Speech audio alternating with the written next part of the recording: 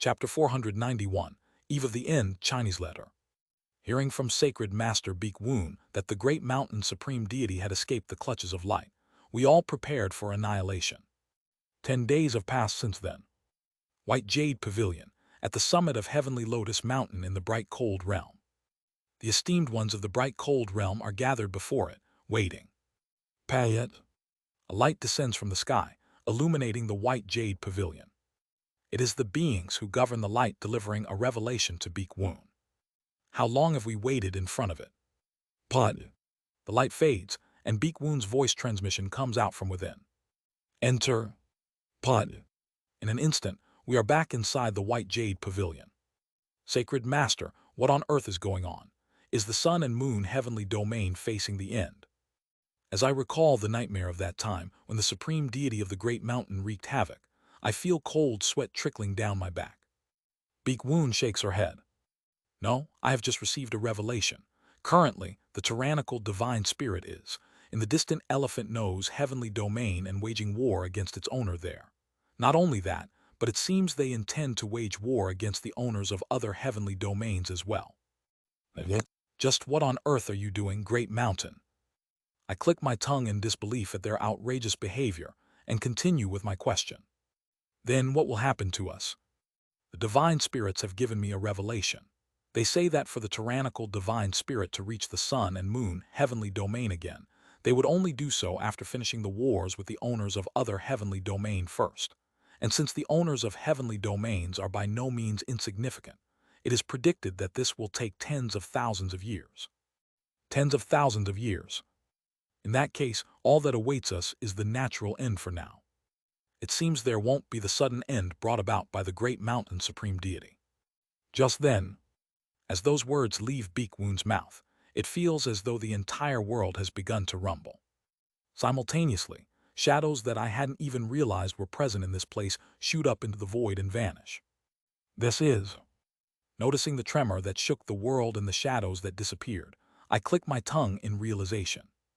Sacred masters, true persons, or beings of a comparable level, were they hiding here to hear the revelation Beek Woon received from the light, and that tremor just now? The middle realms are colliding. Beek Woon clicks her tongue regretfully, gazing off somewhere beyond the bright cold realm. The blood yin realm is on the move, colliding with the true devil realm with full force.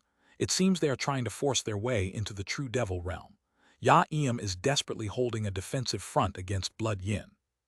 As soon as we hear this, we all offer our condolences towards Ya-Eum. To say such things right in front of blood yin. As far as I know, the sacred master of the true devil realm was originally a lackey of the blood yin realm. Now I see, they weren't at the level of a lackey but a split body. But for a split body to be so independent that they would dare say such things to the main body. What a pitiful person. Well, I suppose they thought the world was going to be destroyed, so they said whatever they wanted. Who would have guessed it wouldn't end? The esteemed ones each click their tongues, offering their condolences to the pitiful Ya-Eum, and I too click my tongue inwardly. He lacked caution, or was it just bad luck? Anyone familiar with the great mountain's temperament wouldn't be surprised if the world ended right away, but who could have known it wouldn't? Though it's possible for an existence at the peak of true immortality to distort the celestial energy, so one can't foresee the future. Tusk. A split body harbors a different heart from its main body. Not just any different heart, but a rebellious heart. The issue isn't simply that he unleashed wild fury in front of blood yin. For blood yin, Ya-Eum must have been both an agent of their will and a split body. They likely never imagined Ya-Eum would harbor such treachery, but now that they discovered it, they have probably opened the true devil realm and are trying to retrieve Ya-Eum. Honestly, until now, I've still harbored a lingering fear of blood yin. Though they suffered a fatal wound from the sword spear Heavenly Lord, they are still a true immortal. I've been afraid that they might descend at any moment and attempt to capture me again. On top of that, after learning about the prophecy used by true immortals during the star-shattering stage, I realized that, in fact, I still haven't escaped blood yin's prophecy. The prophecy of blood yin that says we will meet again has not yet been broken. No, to be more precise, blood yin's prophecy isn't merely, we will meet again within 100 years. After reading and analyzing the celestial energy at the star-shattering stage, I discovered The fate they assigned to me was, we will meet again within 100 years, and I will experience death at Blood Yin's hands.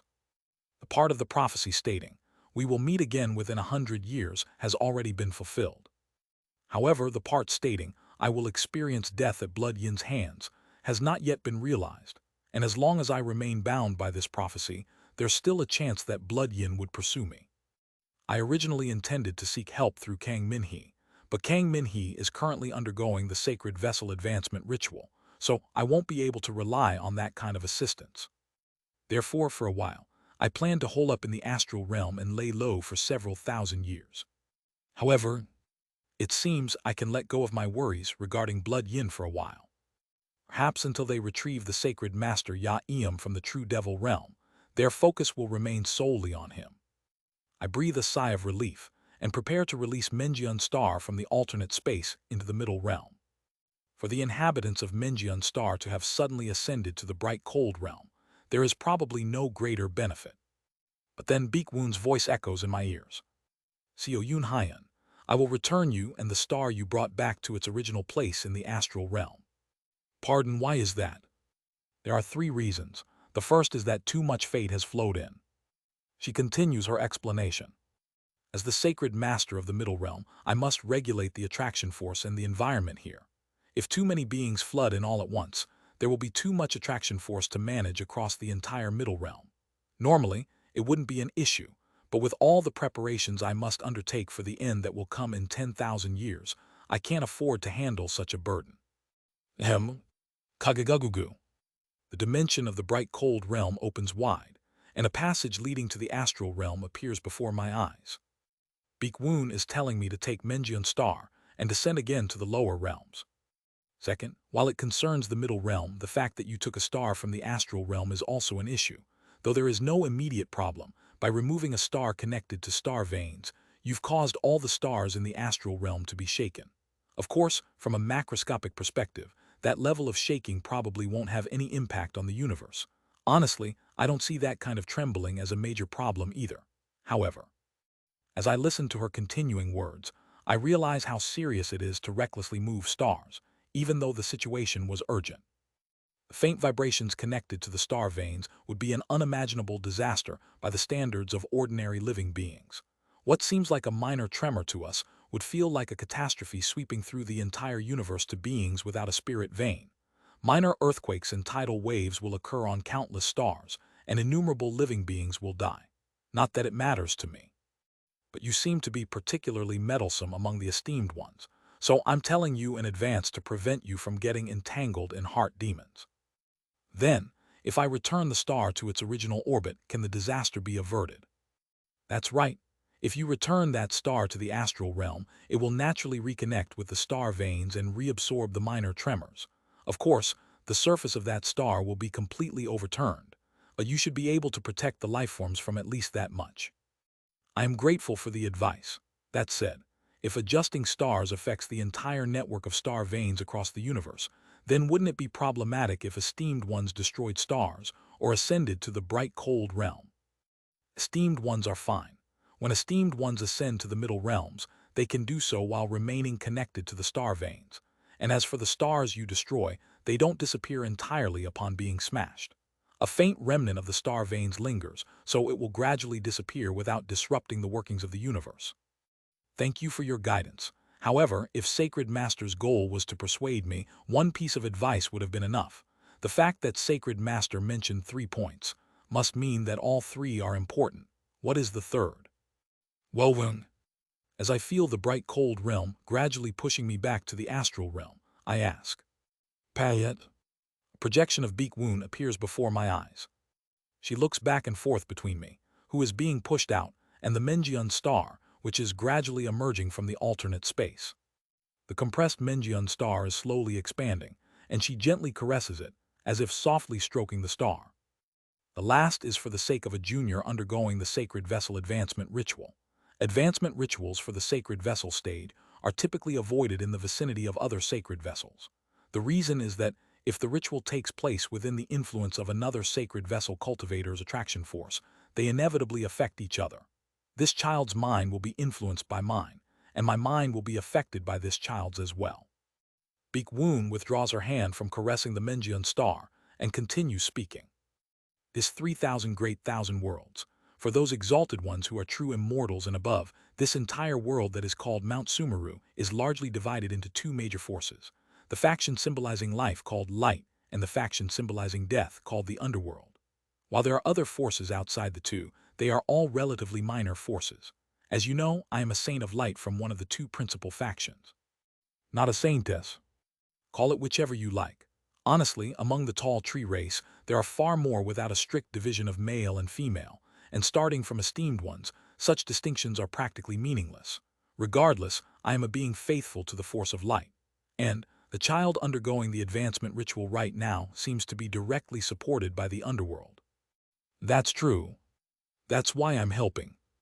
Aren't the two factions in a competitive relationship? Is it really all right to help? Beak Woon nods. I don't know how those above view it, but this is what I think. Life and death cannot be dismissed as a simple rivalry. They are essential to each other. Even if those above clash and perhaps someday their conflict reaches us and we are forced to fight. Until that time comes, I believe we can continue to give and receive, because we are necessary to each other. With those words, she sends Kang Min-hee and me back to the astral realm, where we originally were. A relationship of mutual necessity. Even if they are opposing forces, they are necessary to each other. I realized that her words contain a profound insight. No, master, couldn't you have brought me along? Hong Fan, who had been left behind at the outskirts of the star system and missed following me as I ascended, appears with a slight grumble. I apologize to him and return the Menjian star to its original orbit. Well, I get it for now. By the way, master. What is it? I have completed the interpretation of the entire formula for the flawless mantra, as well as the flow of its attraction force. Master should be able to grasp it now. Thank you. I received the formula and training method for the flawless mantra from Hong Fan. However, upon looking at the training method, I find myself utterly dumbfounded, unable to even consider beginning such training. The ideal way to cultivate requires reincarnating at least 666 times and standing upside down while chanting the mantra for 666 lifetimes until death. Is that truly the method? The first time I heard about the flawless mantra was from Yu-O, during an explanation about the entity called obsidian. It was said that obsidian had cultivated in this manner through 777 reincarnations. So what Kang Min-hee is practicing must be a simplified version. In any case, it's clear that cultivating this mantra requires living upside down nearly the entire day. I ponder as I cultivate my incarnation, which has achieved the grand perfection Earth Axis stage, having nurtured the Axis seeds over the past 100 years atop my main body. Should I give it a try? Since the full practice is nearly impossible for me right now, I'll attempt the simplified training. Wung. I invert the incarnation above my main body and have it begin chanting the flawless mantra. For the first year, there is no effect whatsoever. But as time passes, the flawless mantra gradually begins to shake external attraction force. What is this? The more I train in the flawless mantra, the more it feels like a perfect fit for me. Among everything I've learned so far, it's even easier to learn than devilish arts like summoning wind, dragon transformation, or great desert to Dead Sea. It feels as if this mantra was prepared just for me. I continue reciting the flawless mantra, immersing myself in a trance and sinking deeper into it. I endlessly repeat the flawless mantra, feeling as though I am sinking into a cozy darkness, like the inside of my mother's womb. One day, something strange happens. As I chant the flawless mantra, I find myself staring into an endless, boundless darkness. Peering into that darkness, a thought crosses my mind. Is this the source of the flawless mantra's power? Then the darkness responds. Yes, it's cozy. Cross over. If you do, you will feel an even greater warmth and comfort. Is this the true cultivation method for the flawless mantra, to cross over fully into this darkness? Exactly so. This is a cultivation method meant solely for you enders. Drawing a circle is a method meant only for the ordinary. You, however, need only entrust your heart to this darkness. Circle, I don't have to draw that circle, that terrible circle. I feel my mind sinking deeper into the darkness. Yes, drawing the circle is too exhausting. Just think of that terrifying, sacred, and ominous circle. How exhausting it is. Let's just entrust everything to that comforting darkness. I sink further into the darkness, completely letting go of my consciousness. Death, death, death. Immortal cultivation is repentant enlightenment. For some reason, I find myself muttering that formula. Like tiny grains of salt gathering. The phenomena extinguishing mantra sprouts within me. Simultaneously, I snap my eyes open. Nah. How many years have I been cultivating the mantra in this trance-like state? I see. Using the senses of the Earth axis, I read my history and calculate how many years have passed. Already, it has been 8,000 years since Jian Myohun was captured. During that time, I have been cultivating the flawless mantra in a state of trance. Round me float the heavenly rain great star, heavenly clearing great star, heavenly cloudiness great star, heavenly want of connection great star, and heavenly crossing great star that I all unconsciously formed while cultivating the flawless mantra. I've reached the late star-shattering stage. I see. But rather than that, I am overcome with a volcanic surge of emotion at having grasped the true meaning of the flawless mantra. Phenomena extinguishing mantra. Payet. The surrounding heaven and earth spiritual energy converges into yin-yang 5 elements, forming a single point before me. The single point turns into a pure white light that illuminates the cosmic space. Flawless mantra. At the same time, attractive force trembles, drawing a circle of darkness around that single point. A circle of darkness, a point of light. Together they form a wheel. This is axle Chinese letter, and wheel Chinese letter. Together, they combine to create a completed wheel. The starting point, a saving Kang Min-hee. 8,000 years. After 8,000 years in this state of trance, I have finally obtained a starting point to rescue Kang Min-hee. Chapter 492, Eve of the End, Chinese letter. I see a path. The path is vast and wide, and it seems that by following this path, I will surely achieve everything I desire. But the path is hidden. Therefore, this is not a path that can be taken carelessly by just anyone. I reach out towards a certain wall that blocks this path. From my hand, a point of pure white light and a circle of darkness seem to appear, before gently opening the wall that blocks the path. The wall becomes a door through which I can enter, and I gaze at the door. So this is minor completion, Chinese letter. I look back. Having reached minor completion, a brief reprieve should be granted. But after this brief reprieve, I must enter that door, where time that has been compressed as long as eternity awaits. Will I be able to enter? I'm afraid. But if I walk this path to the conclusion before the end, I can grasp at least the faintest starting point to achieve everything and save Jian Myohun, Kang Min-hee, and the now silent Kim Yeon. I briefly look beyond the path, steeling my heart. Let's go. After a fleeting moment of reprieve, I shall return and seize everything within my grasp. Because my desires are so vast. To obtain them, I must pay the price. And so, in this fleeting reprieve before walking the path, I raise my consciousness to see the faces I long for. Lord, Wei-yeving, Ma. I briefly look around in a daze, then snap to my senses at the sound of a familiar voice. Master, Hong Fan, is that you? My mind is a bit muddled.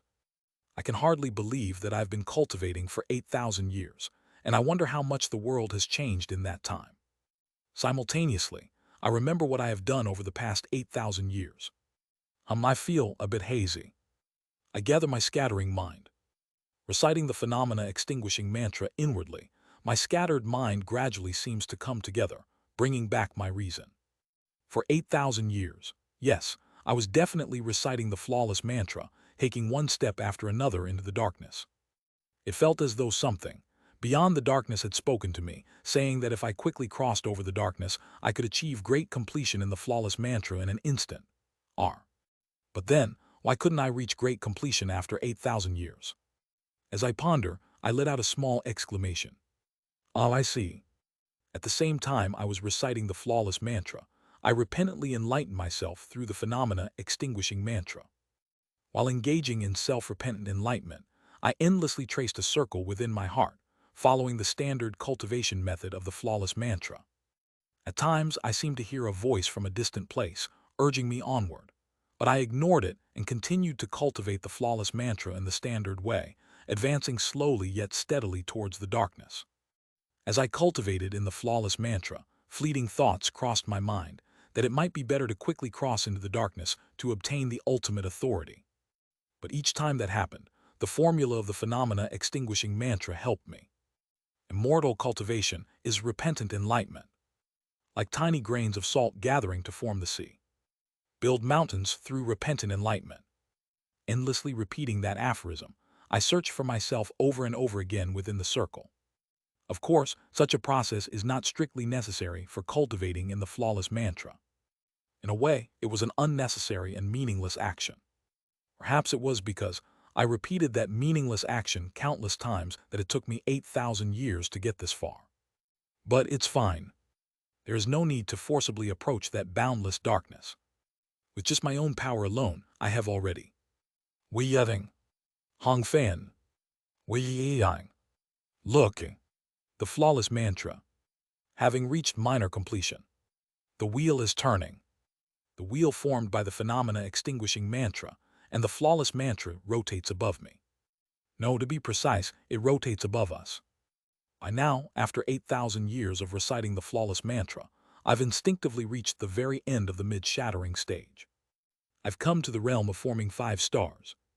In other words, the wheel is rotating above the star system where we reside, and it is gradually growing larger. I can feel it. My mind circulates through all 5 worlds, reincarnating Chinese letter. I see. Back when I created the Sumeru sword dance, I only understood the phenomenon of my mind reaching the immortal domain by drawing a circle, but I couldn't comprehend the reason itself. But now I feel I understand. My mind spanning across the 5 worlds, and drawing a circle in that state. That is, in itself, one of the methods of rising to the immortal domain. The interdimensional void, source river, eastern heaven flower field, and the underworld. These 4 dimensions are all related to death, and the astral realm is a dimension related to life.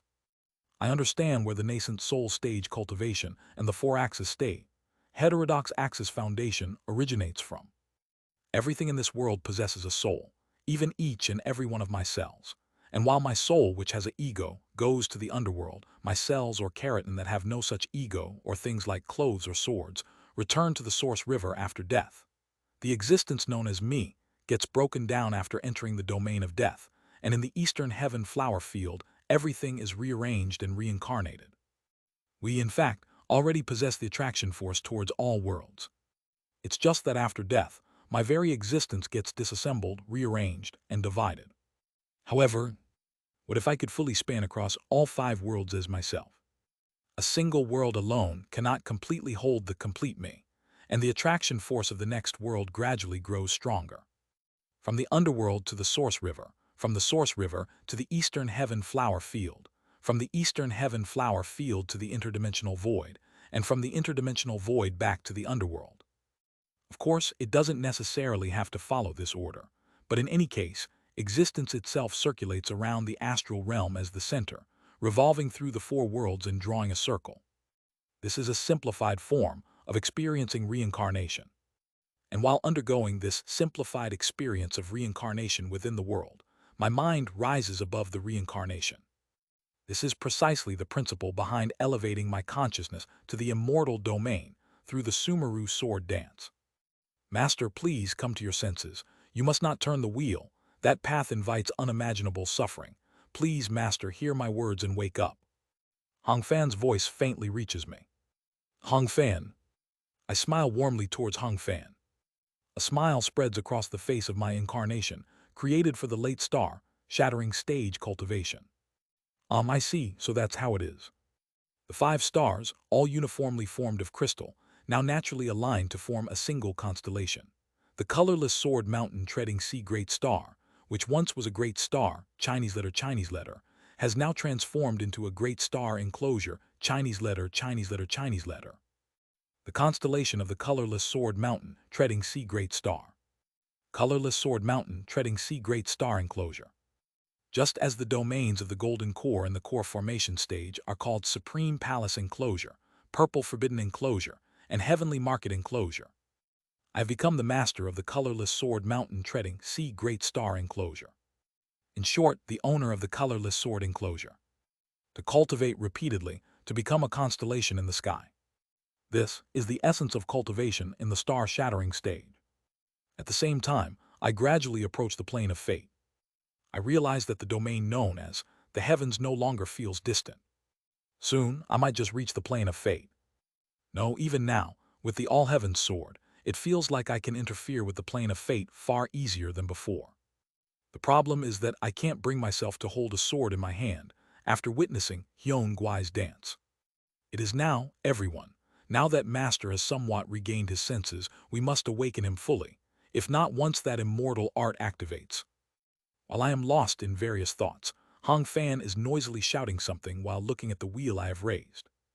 Around me, the esteemed ones of the bright cold realm, and my comrades, who have all reached the level of esteemed ones before I knew it, come into view. Kim Young-hoon has fully risen to void shattering, and Oh Hyun-seok, somehow or another, seems to have succeeded in containing the power of a star within himself. And Kim Yeon, who knows what she did, but her lifespan is at the 4-axis level while her cultivation is at the heavenly being stage. It seems she intentionally scattered her cultivation after reaching the 4-axis stage, bringing herself back down to the heavenly being stage. I don't know why she made that decision. In any case, there are 28 artificial stars floating around her in a compressed state, supplying her with power. Regardless of her cultivation realm, her actual combat strength appears to be nearly equivalent to that of 2 people in the grand perfection star shattering stage. Could it be, or they worried because I had fallen into a state of trance? The end is still far off. And judging by the aura I sense, Kang Min-hee's advancement ritual to the sacred vessel stage has not yet concluded. When I lower my consciousness to the Minjian star, I see Kang Min-hee still wandering around various parts of the star with Blood Yin, Seo Atrial, Seo Ran, and others, absorbing her fragments and raising her cultivation. It seems she experiences bursts of madness each time she absorbs a fragment, but Seo Atrial, by grazing on Blood Yin, has prevented her from going berserk, so no problems have occurred. One thing that's concerning is that Seo Atrial appears to be preparing something to break the immortal art that was cast on Seo Ran by Guak Am and Uo, but it still seems a long way off from being broken, so it doesn't appear to be a major issue for now. In any case, it feels good to see these beloved faces after 8,000 years. Now it's time to walk the path again. I shall now return to cultivation. No, you must not. Master, please, you must come to your senses. I have remembered something about the flawless mantra. I don't know by what cause and effect Master has come to learn of its paired counterpart, but if Master continues to learn it, you might no longer be able to save your comrades. You might become unable to overcome the end. You might lose yourself entirely. Hong Fan. I speak to him. While reciting this mantra, I received a whisper from some being beyond. That being said that if I follow them, I would immediately achieve great completion in the mantra, but I did not follow that being's whisper.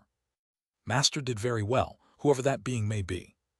Instead, my incarnation sits on one of the stars of the colorless sword enclosure, meeting Hong Fan's trembling gaze. Has Hong Fan also reached the star-shattering stage by now? He now appears to be in his early 50s. Perhaps when he reaches the entering nirvana stage, he will look like a man in his early to mid-40s. I proceeded through the proper method. No matter what the darkness whispered, I ignored it all, and by learning this mantra through the proper method, I have glimpsed hope. Hong Fan, as if unable to understand, grasps my hand and asks, "Just what is Master saying? Hope. At this rate, Master will be consumed by that immortal art and perish before even being able to reach the refuge space for the end. You will die. If I cultivate deeper into this mantra, I can save Kang Min-hee. That much is certain." Then what about Sir Myung-hoon?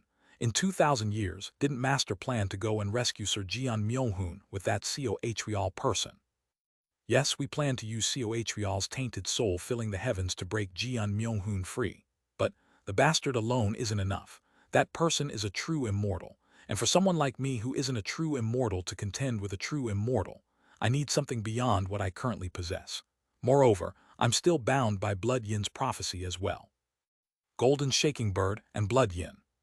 The unknown being who gifted Kim Yeon with a new form of extraordinary pattern law talent. If I can't deal with them somehow, I won't be able to save my comrades. Jian Myohun, Kang Minhee, Kim Yeon, and even myself. If I am to save everyone, I must find hope here. With the power we possess, we can't do anything.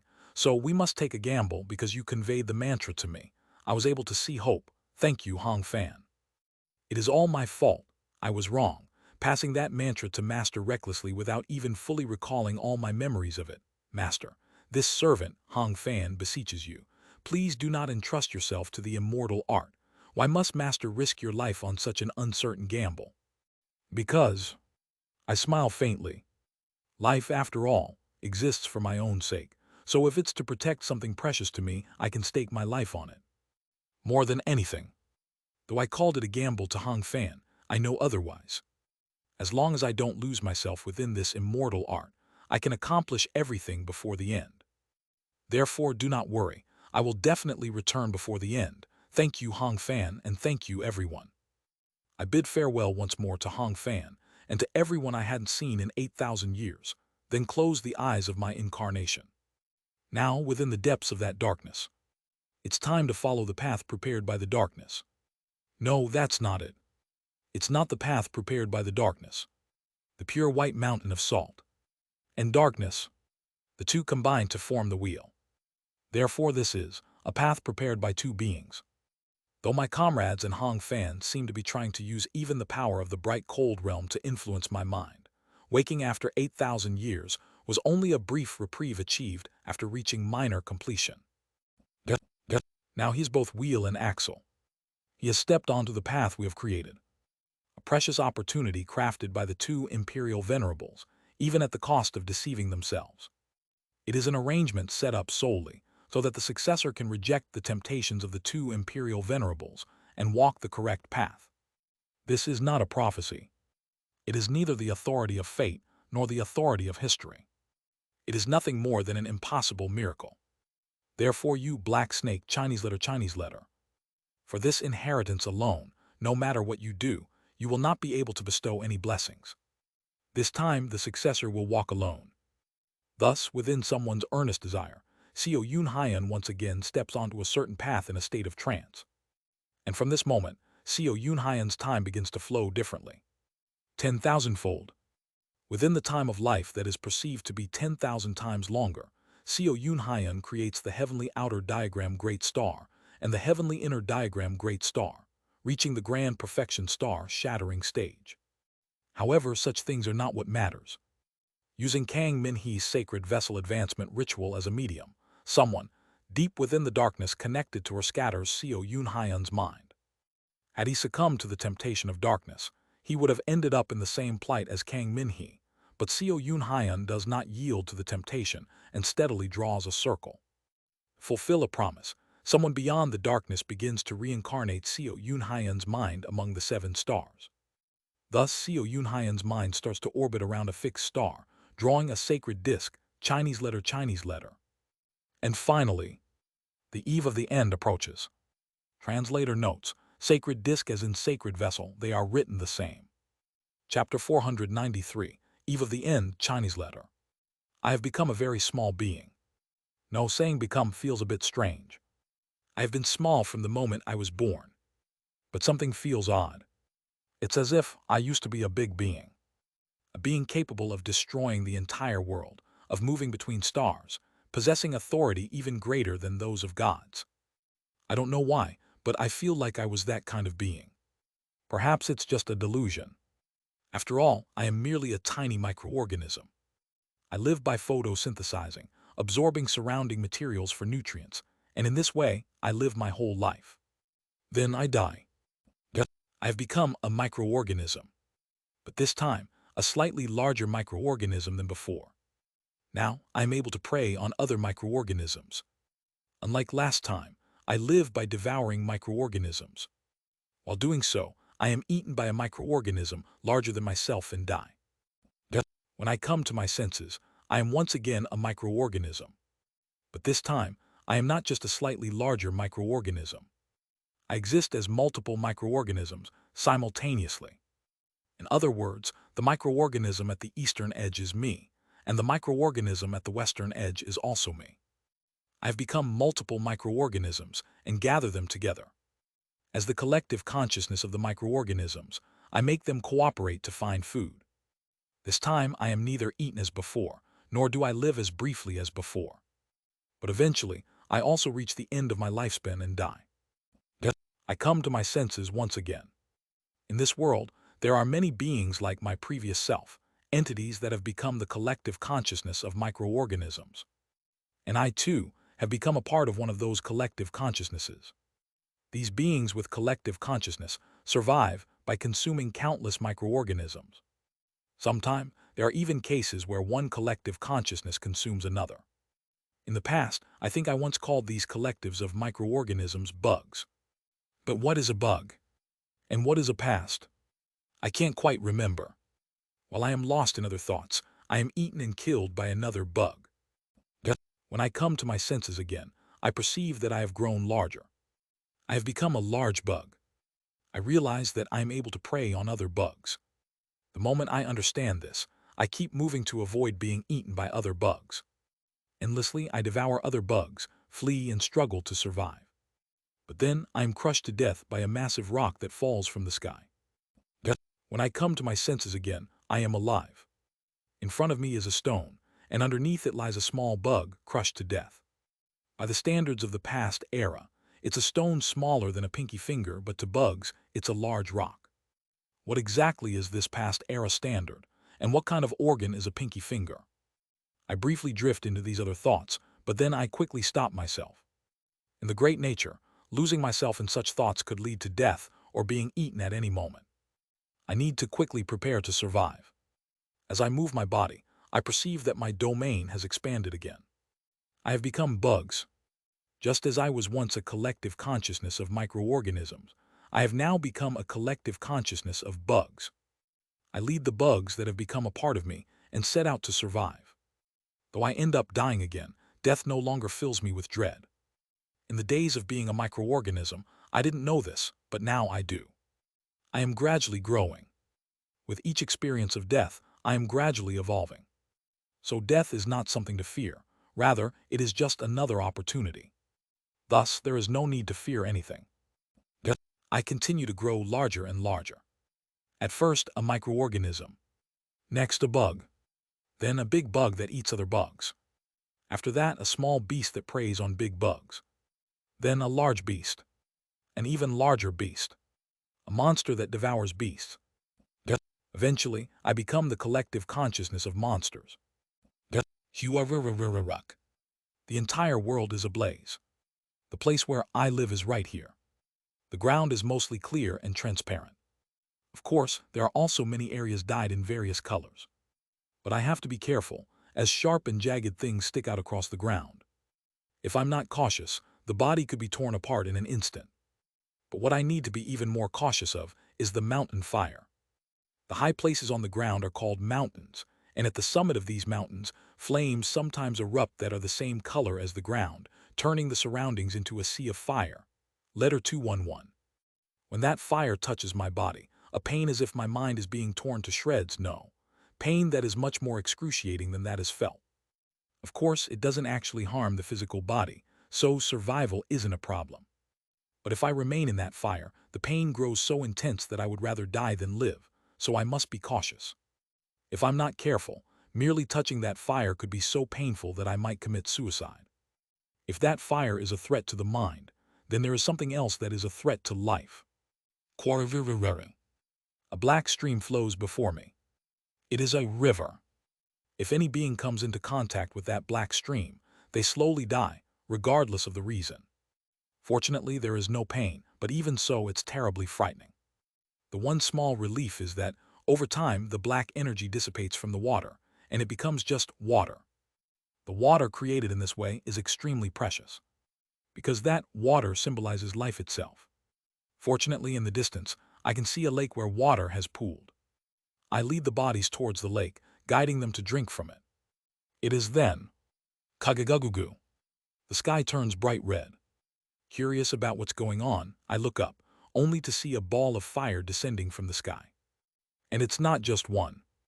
Instinctively, I sense that I must not get hit by those fireballs and try to avoid them, but they crash into the distant mountain slope before I can even react. Kugwagwagwa. Along with that, the world trembles.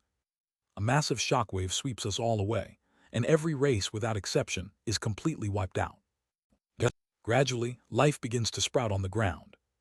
And as expected, I return as well. However, I sense something has changed. The bodies gradually stop listening to me. These bodies now possess something unlike before.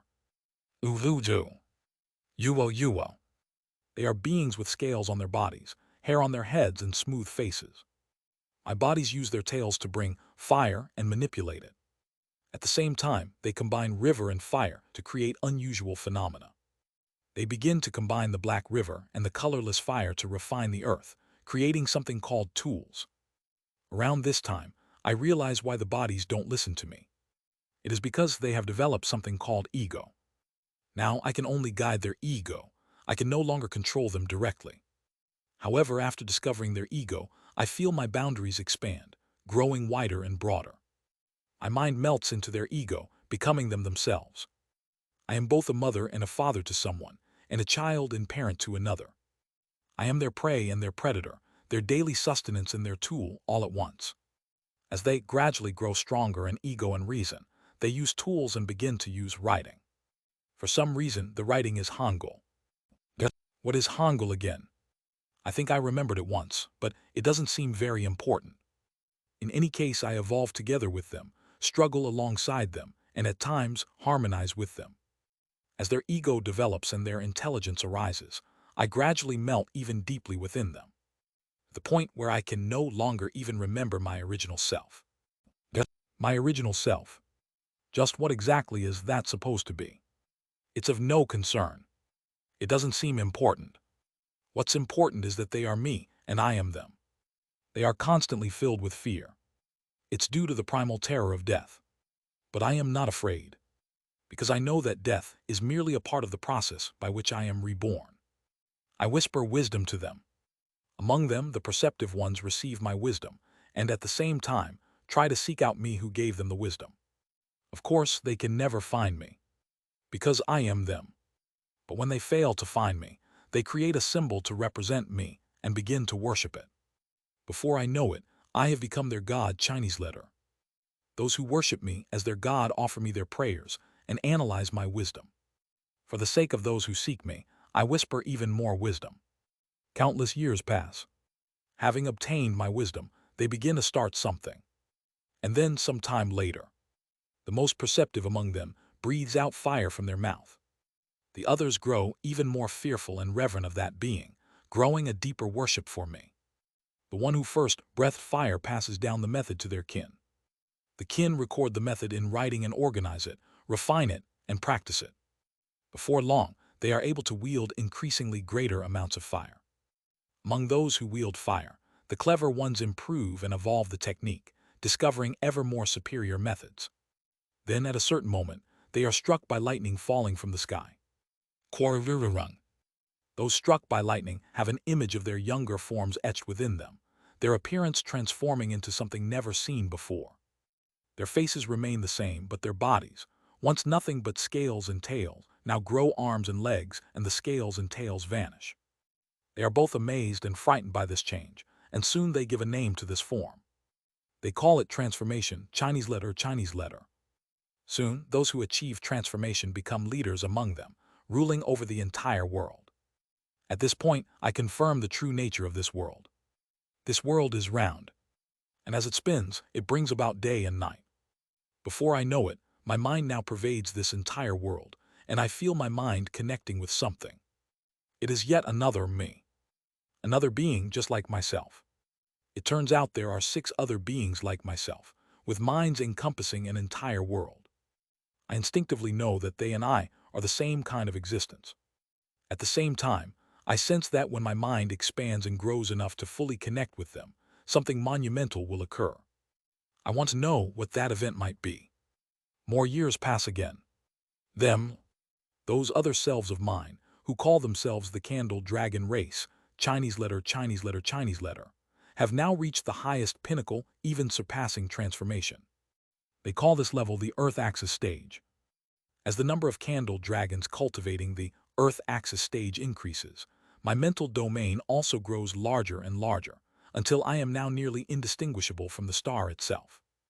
Then, at a certain moment, one of the candle dragons who reach the Earth axis stage decides they can no longer cultivate on this star and rises into the sky. They soar into the sky, pierce through the domain of void, and advance to the world of attraction force calling for them. Yes, they have ascended. And it's when the first ascender emerges from me. With all that, I am finally able to understand who I am. TSDSDSDSDSDSDS. My mind that has been divided among 7 stars finally reconnects. Simultaneously, the wheel above me takes on a complete form. From the central axis of the wheel, 8 spokes extend outward, connecting to the wheel's rim. The wheel is at last complete. Simultaneously, I finally recover the memories of me that I have forgotten. Kagagagugu. The stars display strange phenomena. As I reclaim my ego, the surfaces of the stars tremble as if writhing. Forgotten memories from ages past resurface. After creating the heavenly rain great star, I slowly cultivated my incarnation up to the grand perfection integration stage, before detonating it to create the heavenly clearing great star. It was easier than the first esteemed one advancement ritual. After all, I was not detonating my entire being, but rather only a clone. During the advancement of the heavenly clearing great star, I created a circle following the formula of the flawless mantra. Simultaneously, this circle spun the nebula, and with the rotational force drew in the surrounding dust clouds. Through the attraction force of my main body, the heavenly clearing great star reached the same mass as the heavenly rain great star before it became complete. Normally, it would have taken a considerable amount of time to gather the nebula, but the flawless mantra minimized that duration. While reciting the flawless mantra, I continued to create the next stars. Heavenly cloudiness great star. Heavenly want of connection great star. Heavenly crossing great star. I completed the 5 stars symbolizing rain, clearing, cloudiness, want of connection, and crossing. At that moment, I briefly regained consciousness and told my comrades that I would walk the path ahead.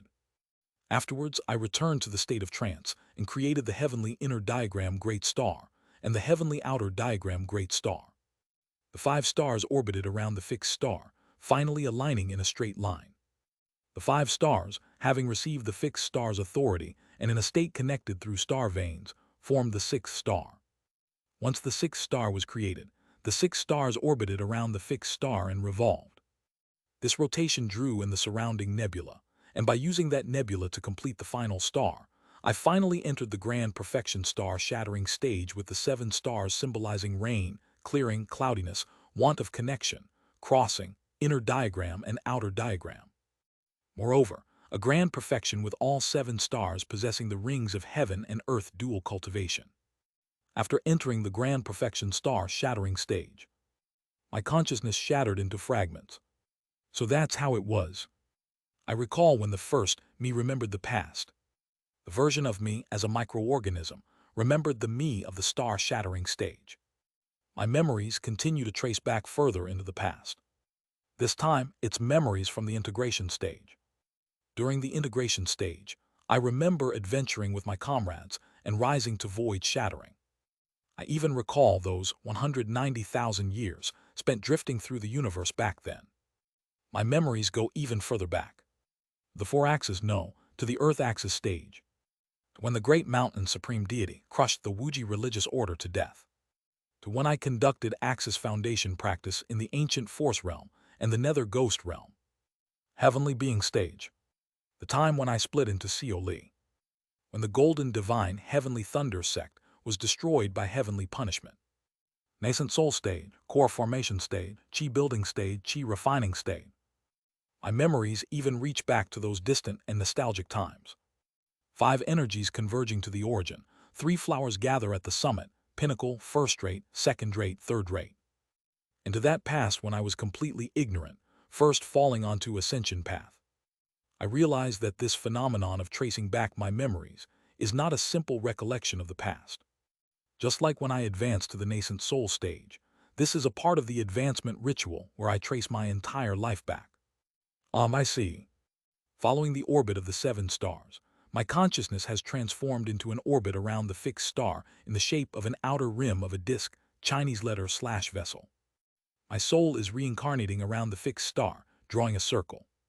And with each rotation my consciousness completes within that circle, a memory from a certain realm or a certain stage of my life returns to me. As I revisit the stages of my life, I remember my life. The memories are as vivid and intricate as those in the canvas of myriad forms and connections. Now, should I reach the time before I came to Ascension Path? As I look at my memories from the present all the way to the earliest moments in Ascension Path, I set my heart on tracing back to my days on Earth. Just then, I suddenly realized that there is a part of my life that was not recorded in the canvas of myriad forms and connections. That was the 14th cycle, the time when I joined the Azure Heaven Creation sect and met esteemed One Sui Ryong in the True Devil realm. When I created the 25th move of Severing Mountain Swordsmanship, Sea of Righteousness and Mountain of Grace, and glimpsed Kim Yoon's consciousness peering into something within her memory. That memory was definitely the moment right before reaching Ascension Path. Finally, my consciousness arrives at that point in the past as well. Just before reaching Ascension Path. That is, right after we were engulfed by a landslide. I vaguely remember that time. Within the darkness of the buried soil. We, who were on the brink of death in that place, suddenly, as if we had been reborn, reached a new space. Emerging from the darkness into a place of light, we all squinted our eyes and gazed directly at it. There we saw the black snake biting its tail. The being that brought us to this place is the black snake biting its tail. With the piercing pain and pressure inflicted on my mind, I scream a wail that resonates throughout the entire universe. Don't think. A pressure far more terrifying and horrifying than any time I recalled or encountered a governing immortal seems to crush my mind. Until now, the only being that had subjected me to such overwhelming pressure was the oldest one, who pursued me during regression. I quickly shift my mind elsewhere. Jian Myung-hoon, who handed me the steering wheel just before the landslide. Jian Myung-hoon, who made me work overtime the night before our workshop. And Jian Myung-hoon, who 2 days prior had called me out to the smoking area, blowing clouds of cigarette smoke in my face to relieve his own stress. Clinging to my anger towards Jian Myung-hoon like a lifeline, I swiftly pull myself away from thoughts of that terrifying being.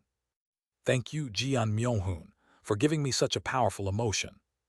I silently offer an incredulous thank you to Jian Myung-hoon, and I continue to review my entire life.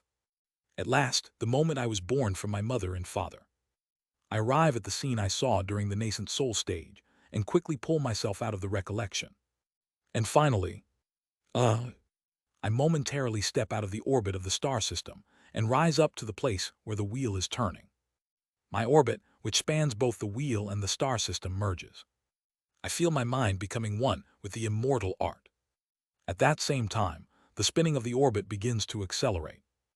I detach all the candle dragons who were born on the surface of the planets and relocate them to a nearby star. I know that I could simply absorb those who were born from me, but I decide to grant them a new life and fate. Those who had bought land and buildings on my surface wail, but that is none of my concern. Then, at the moment when the spinning of the 7 stars reaches its peak, Buwung, I gradually narrow the rotating orbit of the 7 stars. The moment the stars reach the center of the wheel, flash, the spinning stars explode all at once. I feel my mind growing hazy. Just like advancing to the star-shattering stage, advancing to the sacred vessel stage boasts staggering difficulty.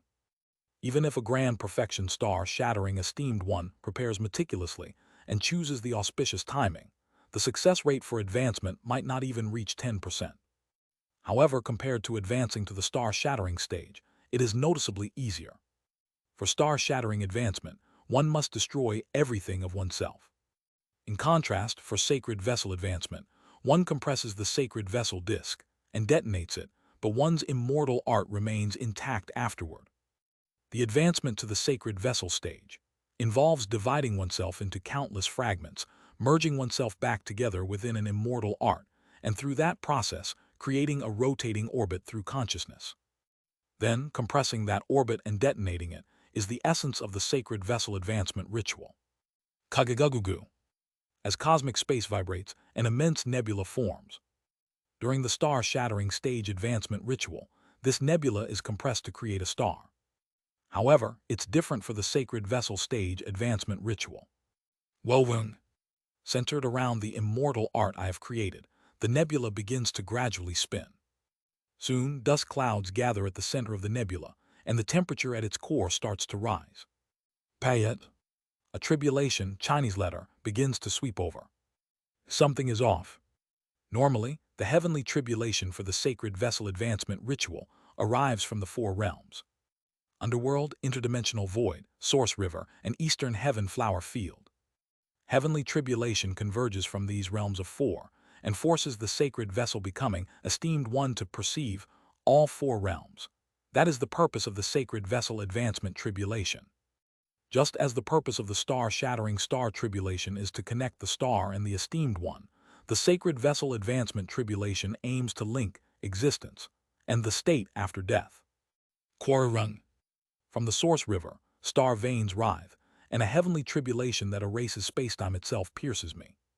From the underworld, a heavenly tribulation composed of the same death energy accumulated within my soul strikes me. From the eastern heaven flower field, a heavenly tribulation that instantly transforms my body to the fates of the eastern heaven flower field and scatters me to death penetrates me. Then finally, from the interdimensional void, something terrifying and utterly unknowable stabs me. The one certainty is that if I lose my focus while enduring these heavenly tribulations, I will be immediately pulled into the corresponding realm and die. Something is off. As I withstand the heavenly tribulations, I am struck by an odd feeling. It's too strong. Dujijujido. The number of sacred vessel stage, heavenly tribulations that come from each world is 4. That means I am supposed to endure a total of 16 heavenly tribulations. However, even after finishing all 16 rounds of heavenly tribulations, I break out into a cold sweat, feeling the unending onslaught of heavenly tribulations with power far beyond what I heard from Beek Woon. The heavenly tribulation has become weird. Normally, one can tell how much heavenly tribulation remains by looking at the sky. How many heavenly tribulations passed, and how many are left can all be seen from the celestial energy. But the heavenly tribulation has gone crazy. No matter how much I try to read the celestial energy, I can only see a future where heavenly tribulation keeps striking continuously, with nothing else discernible. The heavenly tribulation that has always fallen in precise amounts up, until now seems to have suddenly lost its mind. The standard of the heavenly tribulation has disappeared. Just why? I grip my teeth inwardly as I continue enduring the blows of the heavenly tribulation. The more the heavenly tribulation crashes down, the stronger the force pulling me towards each realm becomes. The underworld. The force pulling me from that deep, dark place grows even stronger. No, if I keep getting hit by the heavenly tribulations like this, I'll really die. The issue isn't the power of the heavenly tribulation, but its nature. Its nature to drag me towards death is unendingly striking me. How many weeks have I endured, holding on against the four realms tribulation like this? Padajijajik. Finally, the heavenly tribulation subsides. Hu-woo. Kagagugugu. As the nebula spins, my consciousness settles at its center. An astrolabe Chinese letter / kosungbin, inus, of spinning nebula, a holy sacred vessel disk Chinese letter / kosungbin anus, of rotating reincarnation. If the star-shattering stage is the realm where one becomes a constellation, then the sacred vessel stage is the realm where one becomes a rotation. At the center of this rotation is my soul, centered on immortal arts, while my true body has become a spinning nebula. As I continue my sacred vessel cultivation, the center of this spinning nebula will gradually grow hotter and stronger, transforming into a fixed star that emits its own light. In the early stage, it is a spinning nebula. In the mid-stage, a fixed star. In the late stage, a red giant. In grand perfection, becoming a white dwarf is the typical cultivation path of the sacred vessel stage. I open my eyes. From the sacred vessel stage onwards, one's very heart essence becomes a world. The colorless sword mountain treading sea great star enclosure has now become a world within my mind. And from now on, as long as I spend time within this world, I can extract anything from it into reality, creating sustaining existences in the world. At the same time, I recall the time I have spent on this evolution. In terms of real time, it was a brief period, not even fully spanning 2,000 years. Yet during that time, my mind had shattered into at least 10,000 pieces, slowly merging back together. Each of those fragments lived as microorganisms. That's difficult to say if they even have souls, on the surface layers of my origin stars and underwent countless lives. Therefore, although it was an incredibly short period of time in reality, my subjective experience, as I underwent the cycle of reincarnation and created the candle dragon race amounts to around 20 million years. Well, as I focus my consciousness, the ring of the nebula, the sacred vessel compresses. I create an incarnation and place the sacred vessel within it, then half open my eyes. It was long. It was a long and even longer time. The miracle achieved by learning both the flawless mantra and the phenomena extinguishing mantra simultaneously. Instead of the usual cultivation method of splitting one's mind and unifying it under an immortal art. The masters of the two immortal arts allowed me to rise to the sacred vessel stage by splitting my mind and living countless lives as microorganisms to evolve a species. It was you two. In the depths of darkness, faintly pulling at me from there, the oldest one. And a mountain built up with pure white salt. The two visions pass fleetingly before my eyes. I don't know what it is you want from me. However, I will walk my own path. I quietly express my resolve to the void. No response comes. But that alone is enough. 200,000 years. In subjective time, after 20,190,000 years, I have finally reached the sacred vessel stage. Now then, it's time to prepare for the end. Inside the lightning sacred sea, in the bedchamber of Golden Shaking Bird and Jian Myohoon. There, Golden Shaking Bird clutches her head, trembling uncontrollably in a corner of the bedchamber, as if she has lost her mind. Na na na na na na na na na, please please please please please. Someone, please still mates a dream, please please please. Pajik pajajajik. Red lightning crackles over Jian Myohoon's body, which is covered in countless small footprints with his upper garment removed. Golden Shaking Bird trembles, trying to pull open the bedroom door as if desperate to escape, but the red lightning repels her hand. Th. She looks back at Jian Myohoon with a face twisted in terror, trembling like mad. They are resurrecting, inside his body. Ah no, I need to get out, I need to get out, I need to get out. But she cannot leave. Unable to leave and unable to approach Jian Myohoon, Golden Shaking Bird can only tremble in horror. Bright cold realm, heavenly lotus mountain. At its center, Beak Woon smiles faintly while looking off into the distance. He's done it, that monstrous child, but this. As she glances down at the black paper in her hand, her faintly smiling face turns grave. This is serious. Ancient Forest Realm, Sea King Hall. Nether Ghost Realm, Black Ghost Palace. Purple Gold Realm, Banta Castle. True Devil Realm, Blood Sacrifice Altar. The Sacred Masters there. And Blood Yin's clones all stare at the black paper in their hands with solemn expression. Moments later, Hei Lin of the Sea King Hall in the Ancient Force Realm wears a grave expression. Pazazek. The black paper held in his hand. The black ancient paper crumbles to dust. He lets out a low groan and clutches his face. Ah, has the tyrannical devil god devoured them as well? Next, it will be the turn of the hungry one. Is Mount Sumeru's fall inevitable? What are the heavenly venerables doing? Where has the so-called heavenly craftsman vanished to, and just what is the snake doing now? Are the Radiant's 8 immortals only good for putting on airs and unable to do anything in the face of that devil god? Ah, the world will be overturned. Hei Lin sighs deeply, tears of anguish streaming from his eyes. After devouring the elephant nose, heavenly domain, and the owner of names. Next came the bearing tree, heavenly domain, and the earth boundary, heavenly domain. The great mountain supreme deity, who has devoured a total of 2 supreme deities and 4 heavenly domains, now sends their will towards the good site, heavenly domain. Comeforthvoid. Raising both hands they speak. Ifyoudonot, revealyourhead,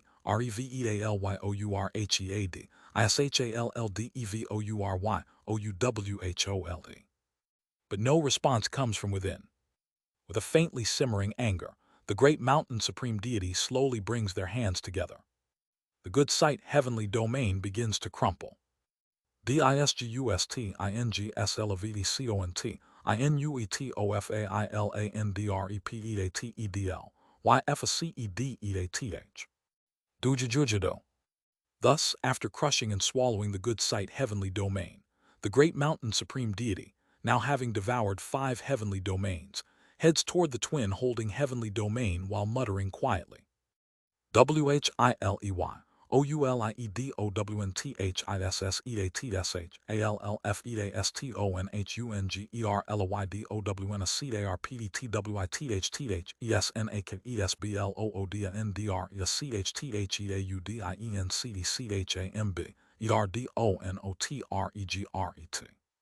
Zing. I extend my consciousness domain and lower my gaze. My consciousness domain has expanded to an immense size. This entire star system feels as though it fits in the palm of my hand. Everything within a radius of 0.6 light-years enters my mind. Within this range, I am omniscient.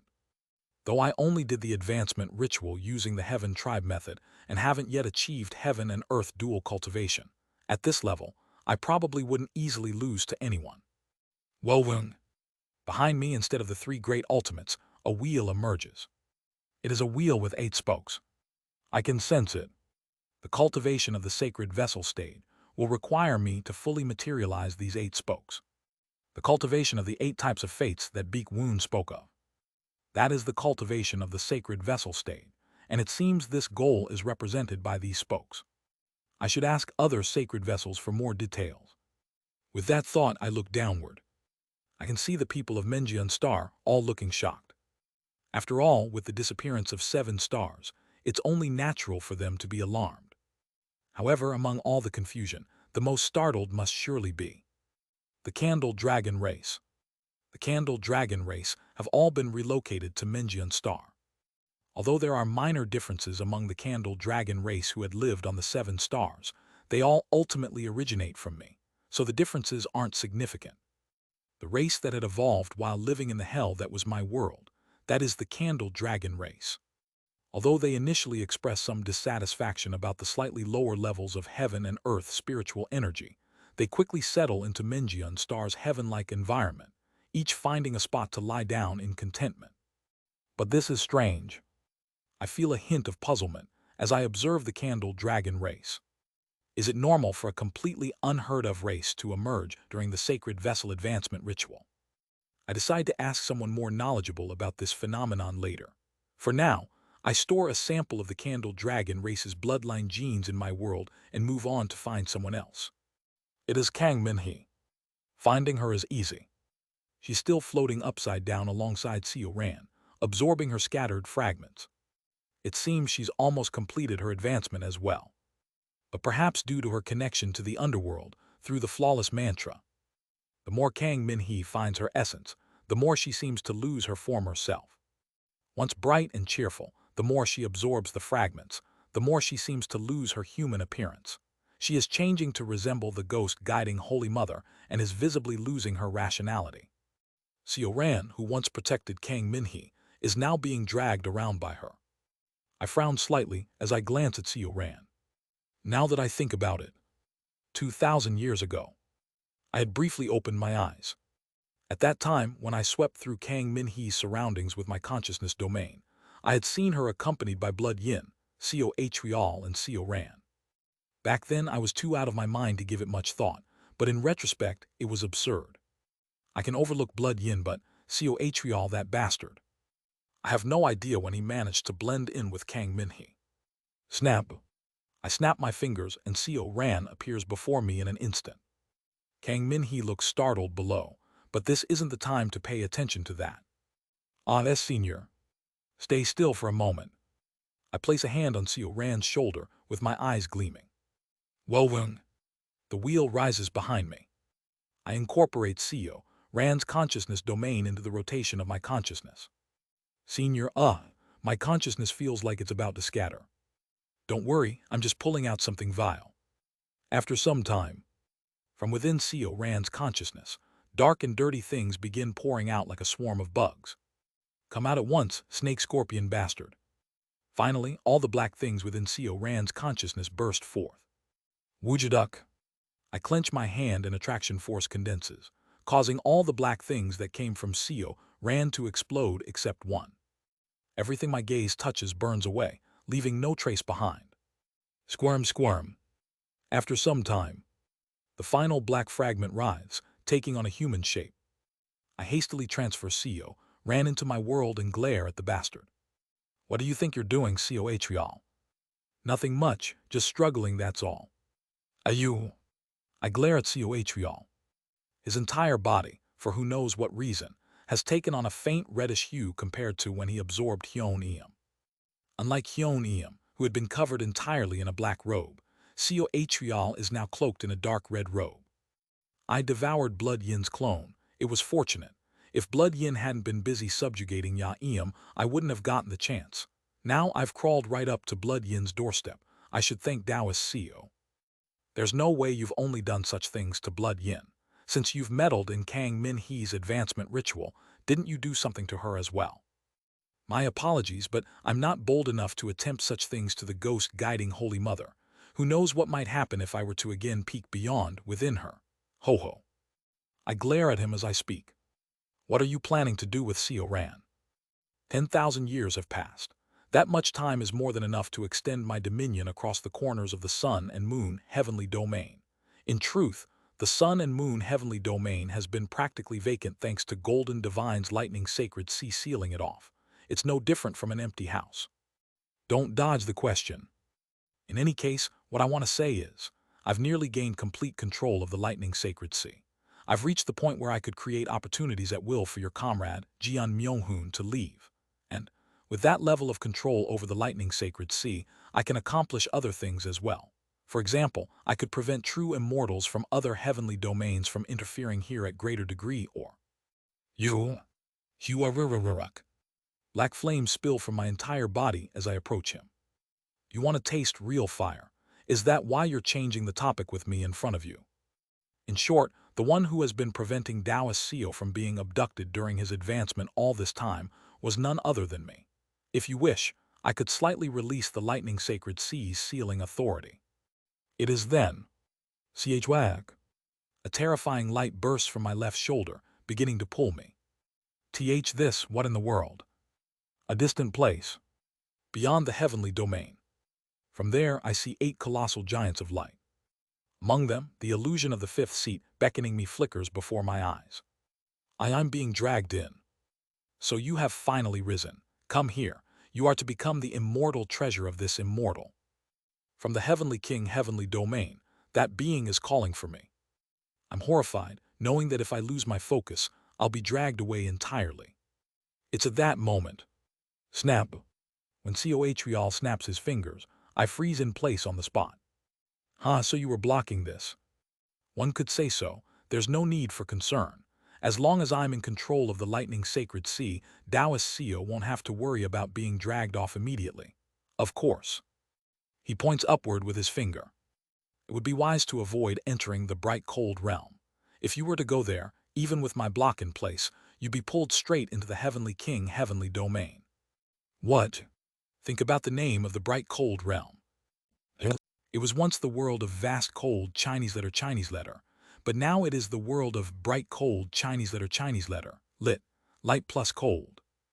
It is the world of light. Baek Woon is already a universally acknowledged saint of light. It wouldn't be surprising if I were dragged away through Baek Woon. Fine, I'll delay questioning you until a little later. In any case, avoiding the end is the priority for now. I'll rescue Jian Myung-hoon, enter Yang Sujin's treasure vault, and retrieve the symbols of the middle realm.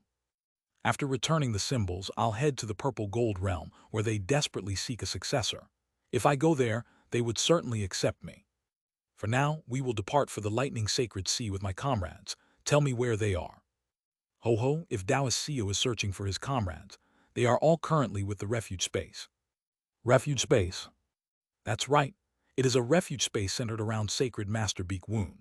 Fortunately, Taoist Seo's comrades who hail from his homeland have all reached the star-shattering stage or its equivalent, allowing them to enter the space alongside Sacred Master Beak Woon to escape the end. You're saying I can't call for them right now? It's entirely possible. However, the refuge space operates on the principle that each individual within anchors themselves to the formation as its axis, creating their own domain within the space. If they were to leave now, it would likely be difficult for them to re-enter once the end begins. I deliberate for a long time. The fact that all my comrades from my homeland have reached the star-shattering stage likely means that Kim Yon has also reached a similar level, or a realm comparable to it. There's no need to worry about my comrades. Then, does that mean only you and I will go? One could say so. Coatreal shrugs his shoulders as if it doesn't matter. Please do not worry about me. My wife is safely within that space as well. In case of an emergency, she will survive and scatter me in the new world. You plague-like bastard. Ho ho, thank you for the compliment. And there's no need to worry about the ghost mother down below either. I already know that. Even if the end occurs, Kang Min-hee will be protected by the underworld faction. I can feel that as she advances to the sacred vessel stage, she is transforming to become the vessel of some existence. She is likely becoming the vessel for one of the exalted reapers of the underworld. In that sense, there's no need to worry about Kang Min-hee's life for now. The reapers of the underworld will protect her. Because of that, Taoist Seo doesn't need to worry about anything. Taoist Seo just needs to come with me, rescue Jian Myeonhoon from the Lightning Sacred Sea, and enter the 108th floor of the Lightning Sacred Sea. Understood. I try to look for Hong Fan but realize he isn't here, so I nod in acknowledgement. Hong Fan is likely also preparing his own domain within Sacred Master Beak Woon's refuge space.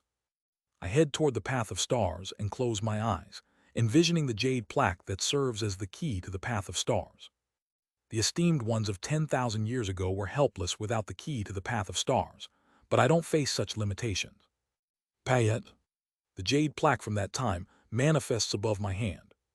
My heart essence has now become a complete world, and I am able to bring anything from within that world into reality. Heart essence is ultimately my heart. It can be transformed in accordance with my thoughts and the will I express. Therefore, if I imagine the jade plaque, I can manifest it whenever I want. Open Path of Stars. Wowung.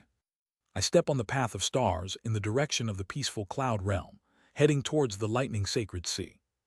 I will rescue Jian Myeonhoon and survive from within the end. And I will completely free Kang Min-hee from the underworld's attraction force. I will without fail. How long have I been traveling the Path of Stars with Coatreal?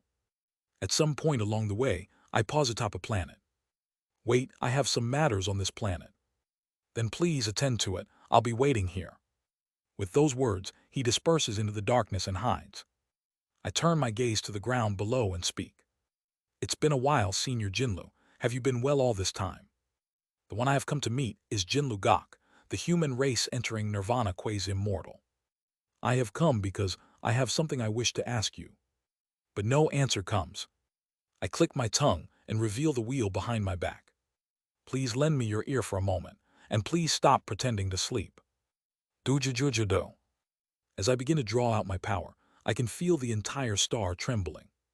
Perhaps the voice of a sacred vessel can't be ignored, as I can feel Jinlu Gok making his presence known in irritation. Damn it, why are you bothering this immortal so much? Junior Seo Yoon Hyun has come with a question. As a senior of the same human race, I ask for your guidance. The end is not far off, and yet you're truly making this bothersome. If you're looking for a way to avoid the end, I have nothing to say other than to head to the middle realm and join the formation led by Beak Woon. Well, not that it would matter if that arrogant god crawls over to the sun and moon heavenly domain to bring about the true end. There's no answer to that. Jinlu Gok speaks in an annoyed tone, facing me in just his planet state without even forming an incarnation. However, I shake my head. That's not it. Senior, do you perhaps know anything in detail about the advancement ritual for the sacred vessel stage? I have come to Jinlu Gok regarding my curiosity about both my situation and the situation of the Candle Dragon race. If it's Jinlu Gok who held a position similar to being a disciple of Lofty Dragon, I thought he might know.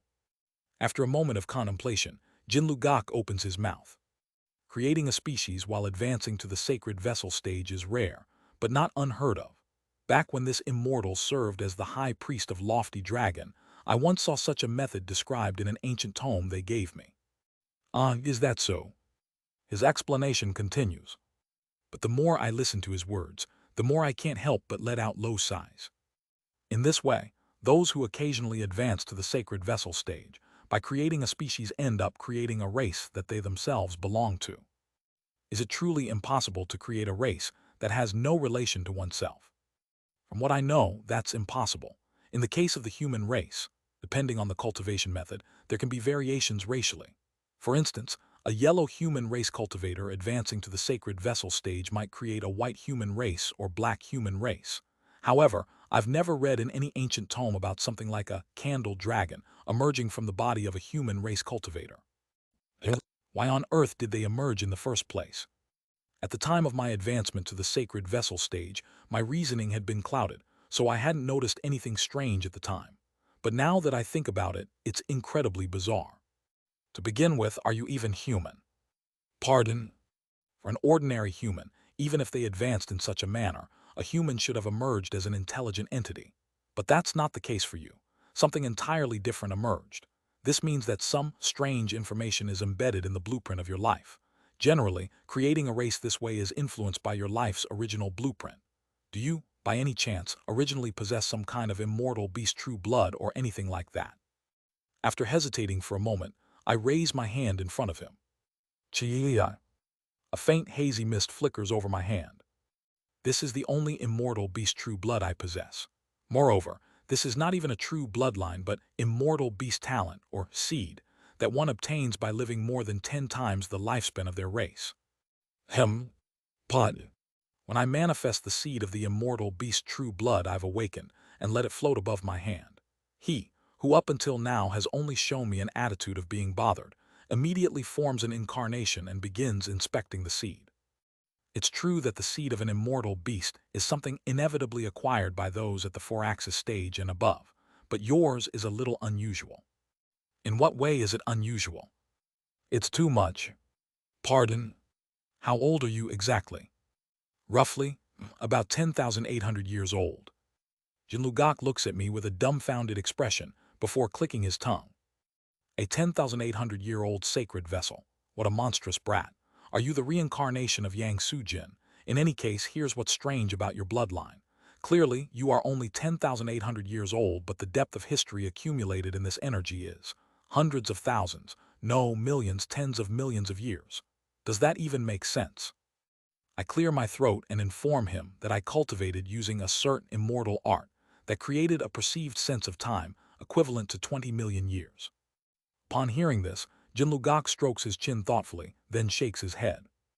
If you used an immortal art that prolongs perceived time, then I suppose this amount of time is understandable, but even so, it's still strange.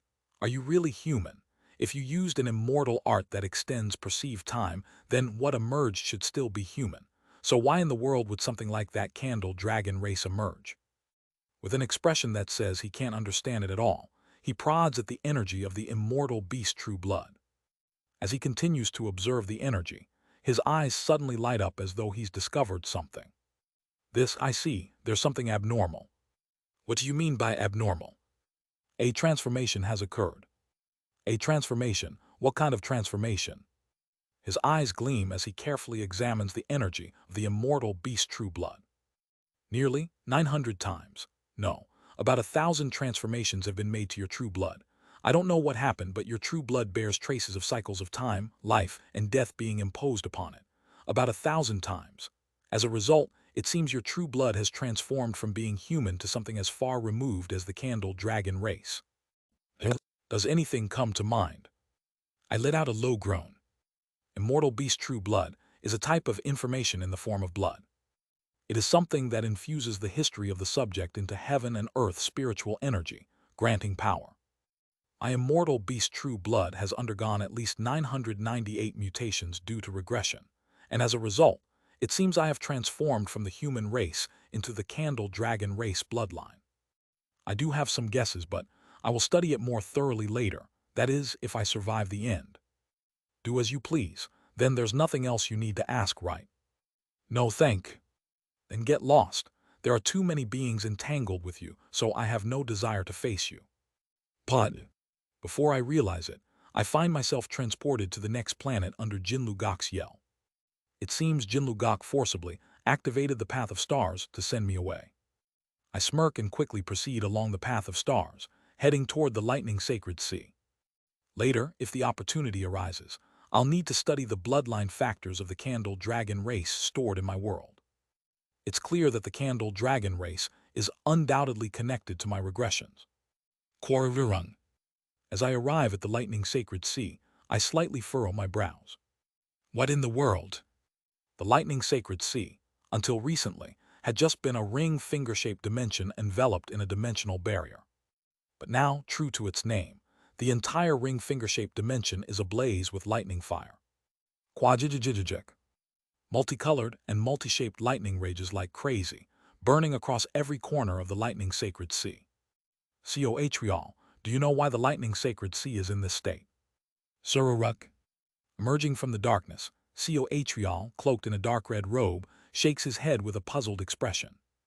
That I'm not sure about either. My guess is that golden shaking bird is doing something through the one called Jian Myohun. Is it some kind of ritual through the heavenly golden thunder body? Given the situation, it seems best for Taoist Seo to enter alone. Please leave Seo Ran to me. I'll take good care of him while Taoist Seo is gone. Don't spout nonsense.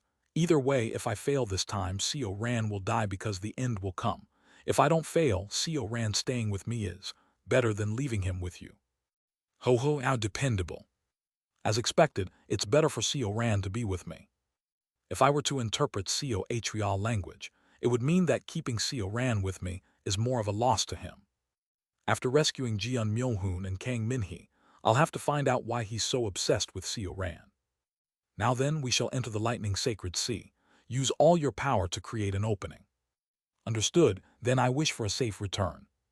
Leaving Seo Atrial behind, I enter the lightning sacred sea. Inside, I witness an uncanny sight. That's... A sudden chill runs through my entire body, and I instinctively try to leave the lightning sacred sea. Quarirun. But for some reason, red lightning erupts and seals off the exit to the outside. Seo Atrial, did you scheme something again? Biting my lips tightly, I glare at the upper levels of the lightning sacred sea. It doesn't matter. No matter what schemes you've laid, I have every confidence I can break through. As long as I reach the 100th floor, I can leave again. Let's clear the way to the 100th floor quickly.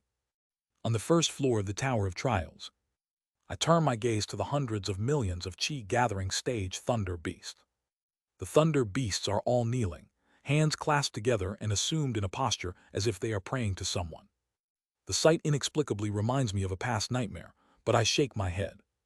Seo Atrial must be controlling the thunder beasts through tainted soul filling the heavens. There's no way the thunder beasts of Yang Sujin, the enemy of the owner of heavenly punishment, would suddenly be praying to the owner of heavenly punishment. It must be because they have been infected by tainted soul filling the heavens as per Seo Atrial's plan. Whatever schemes you're plotting, they won't work, Seo Atrial. Remaining as wary of Seo Atrial as possible, I move upward to rescue Jian Myohun. Watching Seo Yunhyan enter the lightning sacred sea, Seo Atrial chuckles softly. As you interpret my words in reverse for today, I've spoken plainly. Truly, for you to help me this much, I find you utterly dependable, Taoist Seo. Gazing at the lightning sacred sea for a moment, Seo Atrial briefly erases the smile from his lips. With a now expressionless face, he extends his hand towards it, as if there's something he longs for in front of him. It's been long. With a face stripped of all emotion, he utters a faint exclamation and opens his mouth. Long and even longer, the moment Seo Ran crosses the 107th floor, I will, at last, awaken from this dream. Wu-wung. Seo Atrial turns his back to the lightning sacred sea and gazes at the entire universe. Though his vision is gone, he senses the entire cosmos by borrowing the senses of Oh Hai Seo. With both hands outstretched, he speaks. Now, the entire universe begins to change. The stars in the sky tremble, and the attraction force grows stronger. As the attraction force reaches its peak, the universe begins to contract. The world is soon filled with light and heat, as everything starts compressing into a single point. The end begins. Coatl smiles faintly once more. Wearing a mask-like smile, he begins to disperse. Simultaneously, all the stars and nebulae of the universe begin resonating with him. The end has begun. And as Seo Yunhyan begins climbing the lightning sacred sea to rescue Jian Myohun and search for the symbols of the middle realms, within Jian Myohun's body, the heavenly tribulations he has consumed thus far are raging, as if preparing to meet their true master. As chaos begins to break out across all the middle realms, Hong Fan, who had been staying in Beak Woon's refuge space along with Seo Yunhyan's comrades, abandons the place and heads towards somewhere beyond the middle realm. In the bright cold realm, all the inhabitants collectively fall into madness. In the purple gold realm, a rebellion erupts outside Ban Ta Castle. In the ancient force realm, the demon race each begin preparing for their final moments. In the nether ghost realm, the Black Ghost Valley sets sail their hidden 5,000 nether crossing ships, readying to retrieve the souls of the sun and moon heavenly domain. And, at the outskirts of the true devil realm, star-seeking esteemed One Yuan, who had received a request from Seo Yunhun, wears a mask-like smile and raises something in both hands. It is Su In and Hong Yong, the heads of the children Seo Yunhyan had asked her to protect. The Sea Dragon King and the sacred master of the true devil realm, Ya Eum, now stripped of ego by Blood Yin, smiles. The Black Dragon King, and an entity of one of the concepts of a constellation within the astral realm, Hyun Eum's incarnation, smiles. The heavenly fiends of the Blood Yin realm all wear identical smiles with their hands clasped behind their backs as they look up at the sky of the Blood Yin realm. Across the entirety of the astral realm, all living beings simultaneously clasp their hands behind their backs and begin smiling in the same direction. The direction they are looking toward is none other than where the Blood Yin realm lies. With the advent of the end, Coatl's great plan, the culmination of his life's dedication begins. Chapter 495, Coatl's main body 1. Boom! I look at the thunder beasts that handed over the key to the next floor, and showed absolutely no reaction to me as they were slaughtered. Ominous. It hasn't just been 1 or 2 times when things have been ominous when I'm with Coatl, but this time, the level of ominousness is on another level. If Coatl's schemes feel like a suffocating grip tightening around my throat, this ominousness is akin to being thrown to the bottom of the deep sea with nothing but my bare body, watching the oxygen in the tank diminish in real time, while some colossal entity slithers towards me through the dark abyss. More than anything, no matter how extraordinary Coatl's tainted soul filling the heavens might be, this is already the 80th floor of the Tower of Trials, and yet there's no response from Golden Shaking Bird. It's just when I'm thinking this. Chills. As soon as I step into the 81st floor, I feel chills spreading across my entire body. Pajik pajajajik. The lightning of heaven and earth trembles, and an ominous feeling flashes through my brain. At the same time, I suddenly feel an uncontrollable desire to create banners Chinese letter and admire them. A primal urge towards banners surges maddeningly within me. Suddenly, banners seem so lovely. This is crunchy. Lightning banners and a primal urge for banners. There's only one entity associated with those terms. Heavenly Lightning Banner, Jingli. The moment I think of her, I feel an insane urge to shout Jingli, and I clamp my hand over my mouth. Did Jingli, who descended upon the lightning sacred sea last time, do something? Damn it, I absolutely must not call that name. Suddenly, an image flashes through my mind of the thunder beasts who were just moments ago quietly in a posture of prayer, offering devotions towards something. It wasn't because they were controlled by tainted soul filling the heavens. Could it be? Recalling the nightmare of the golden divine heavenly thunder sect, I decide to rise even faster to the higher floors. Regardless of this or that, what I must do remains the same. Instantly rising to the 98th floor while shattering through the thunder beasts, I, stepping on to the 99th floor, arrive at the place where the thunder bee queen should be and look around. In the far distance, I see a planet-sized tree with a hive hanging from its branches. I quickly head inside the hive, and as soon as I enter, I see thunder bees in the same prayer posture as the other thunder beasts. I head towards the center of the hive, the place where the entering Nirvana stage thunder bee queen resides. And immediately, I confirm her condition. Pajik padajajajik. Her pupils are devoid of light, and she endlessly mumbles prayers towards some direction. With each and every line of her blasphemous ritual prayer, the surrounding space ripples. This is. I realize the nature of the prayer that this entering nirvana stage thunder beast is endlessly reciting while half bewitched. It is a ritual prayer of returning, Chinese letter, Chinese letter. We return to thee. We return to thee. We return to thee. A prayer-like sound, akin to the cacophony of countless roaring voices, is flowing from her mouth. Crunch. I immediately paralyze the part of my soul responsible for hearing. If I keep listening, I too will be eroded, transformed into a lightning sacred body, and forced to suffer a curse that follows me through regression like before. Cohl. I grind my teeth and realize where that bastard has led me. I don't know when, but at some point, lightning sacred C started being eroded by the owner of heavenly punishment. And Cohl must have known about this and still sent me here. As expected, I can't trust that snake-scorpion bastard.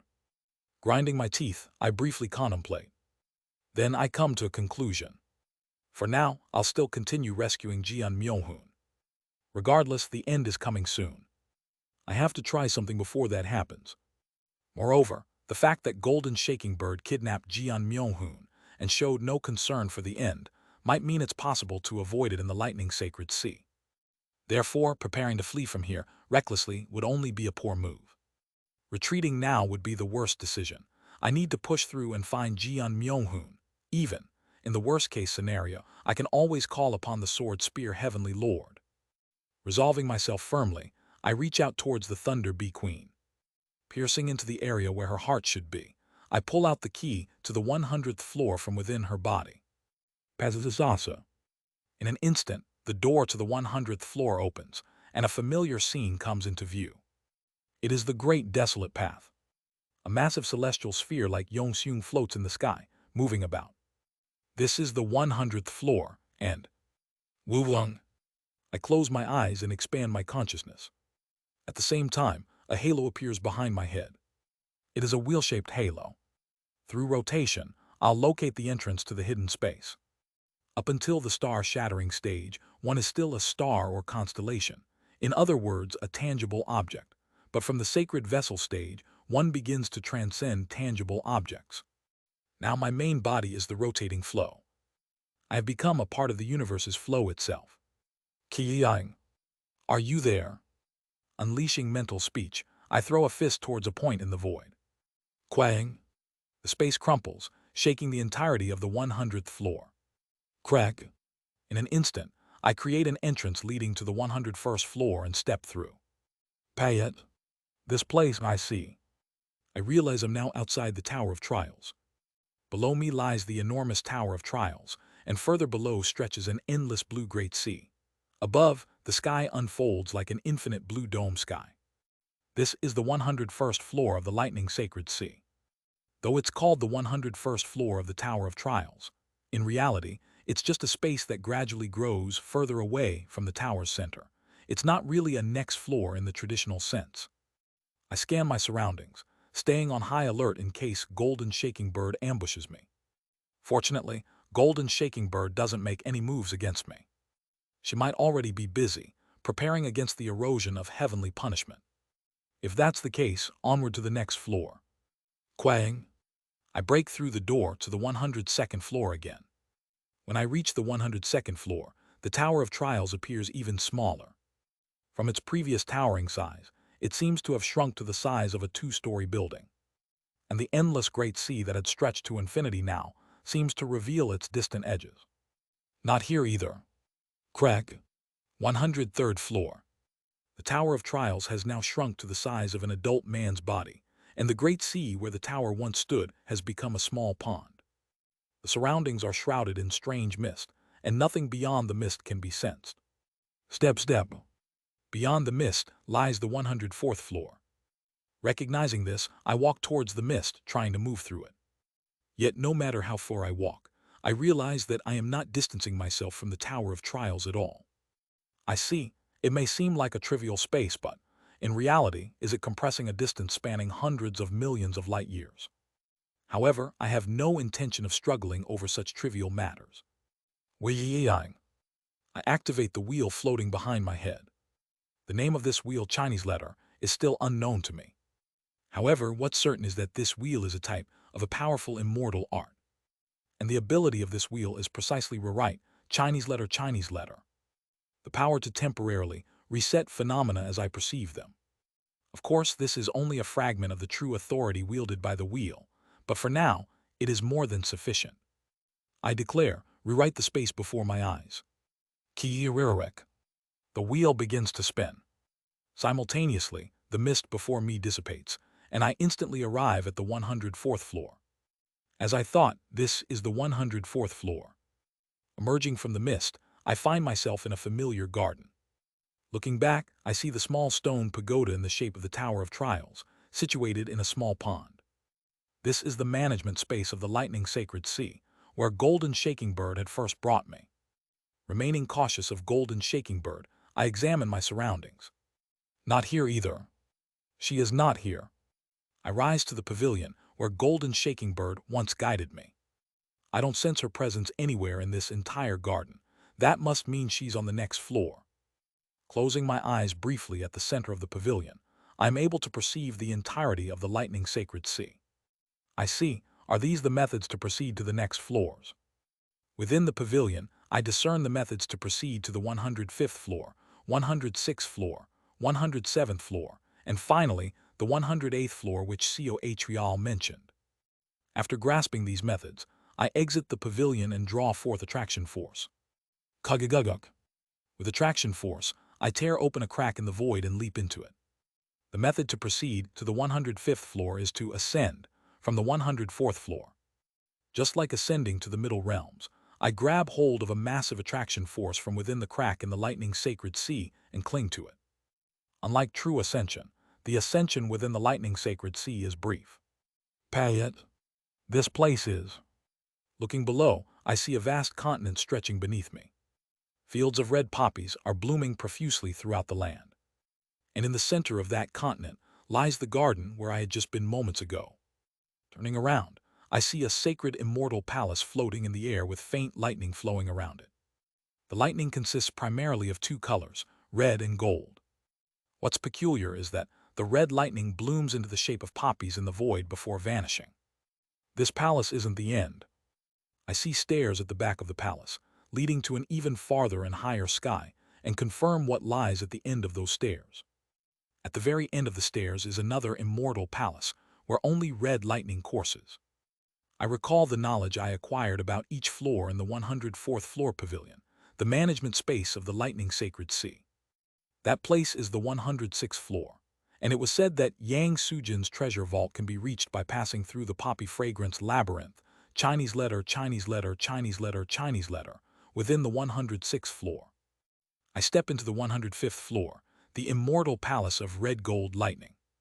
This palace of red gold lightning feels strangely familiar. I see, the layout is identical to the structures of the Golden Divine Heavenly Thunder sect. To be precise, the arrangement of the halls, rooms, and furniture in this immortal palace matches perfectly with those of the Golden Divine Heavenly Thunder sect. Observing the subtle flow of attraction force and fate throughout everything within the immortal palace, I deduce that it is likely some kind of altar designed to attempt replacing one's fate. At the same time, I notice a stone tablet inscribed with extremely familiar writing. English. For some reason, the entire text is written in uppercase letters. As I roughly interpret the phrases, I come to understand their meaning. This is. It is a method to wield one of the authorities possessed by the lightning sacred sea and the Tower of Trials. And the authority described here is none other than the way to completely grind Golden Shaking Bird to dust. If this method is used, Golden Shaking Bird will be shredded into hundreds of millions of tiny thunder beasts and utterly annihilated. No matter what, she was practically your subordinate. Yang Sujin, why would you leave behind such instructions for future generations to push her this far? Feeling bitter, I commit the formula written in English to memory. At that moment, as I read the very last sentence of the formula, a message left by Yang Sujin, I involuntarily flinch. The message is short and concise, but for some reason, it stirs a strange feeling within me. May they find peace. Wait. Although I need to rise to the 106th floor to confirm Golden Shaking Bird's condition, I find myself unable to take my eyes off the message. Because within that brief message lies the hidden underside of Yang Sujin's cruelty. By they could it mean? I feel like I somewhat understand why Yang Sujin had embedded Golden Shaking Bird, who had followed him so faithfully, into the lightning sacred sea, grinding her down for uncountable years and tearing her into hundreds of billions of pieces.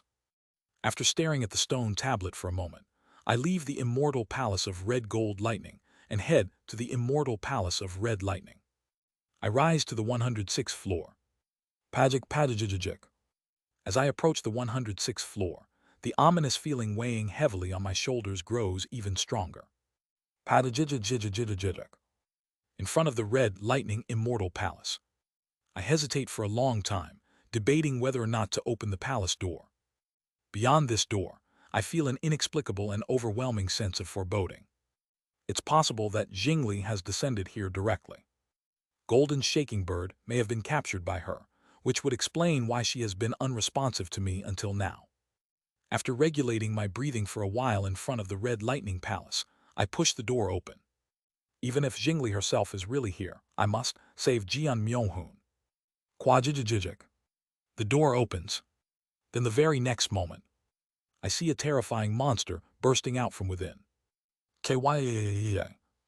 It is a monster with thousands, no, hundreds of millions of bird heads.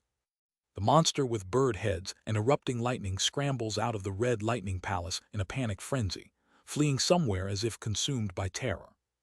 That just now. I shudder as I realize the identity of the monster that just burst out.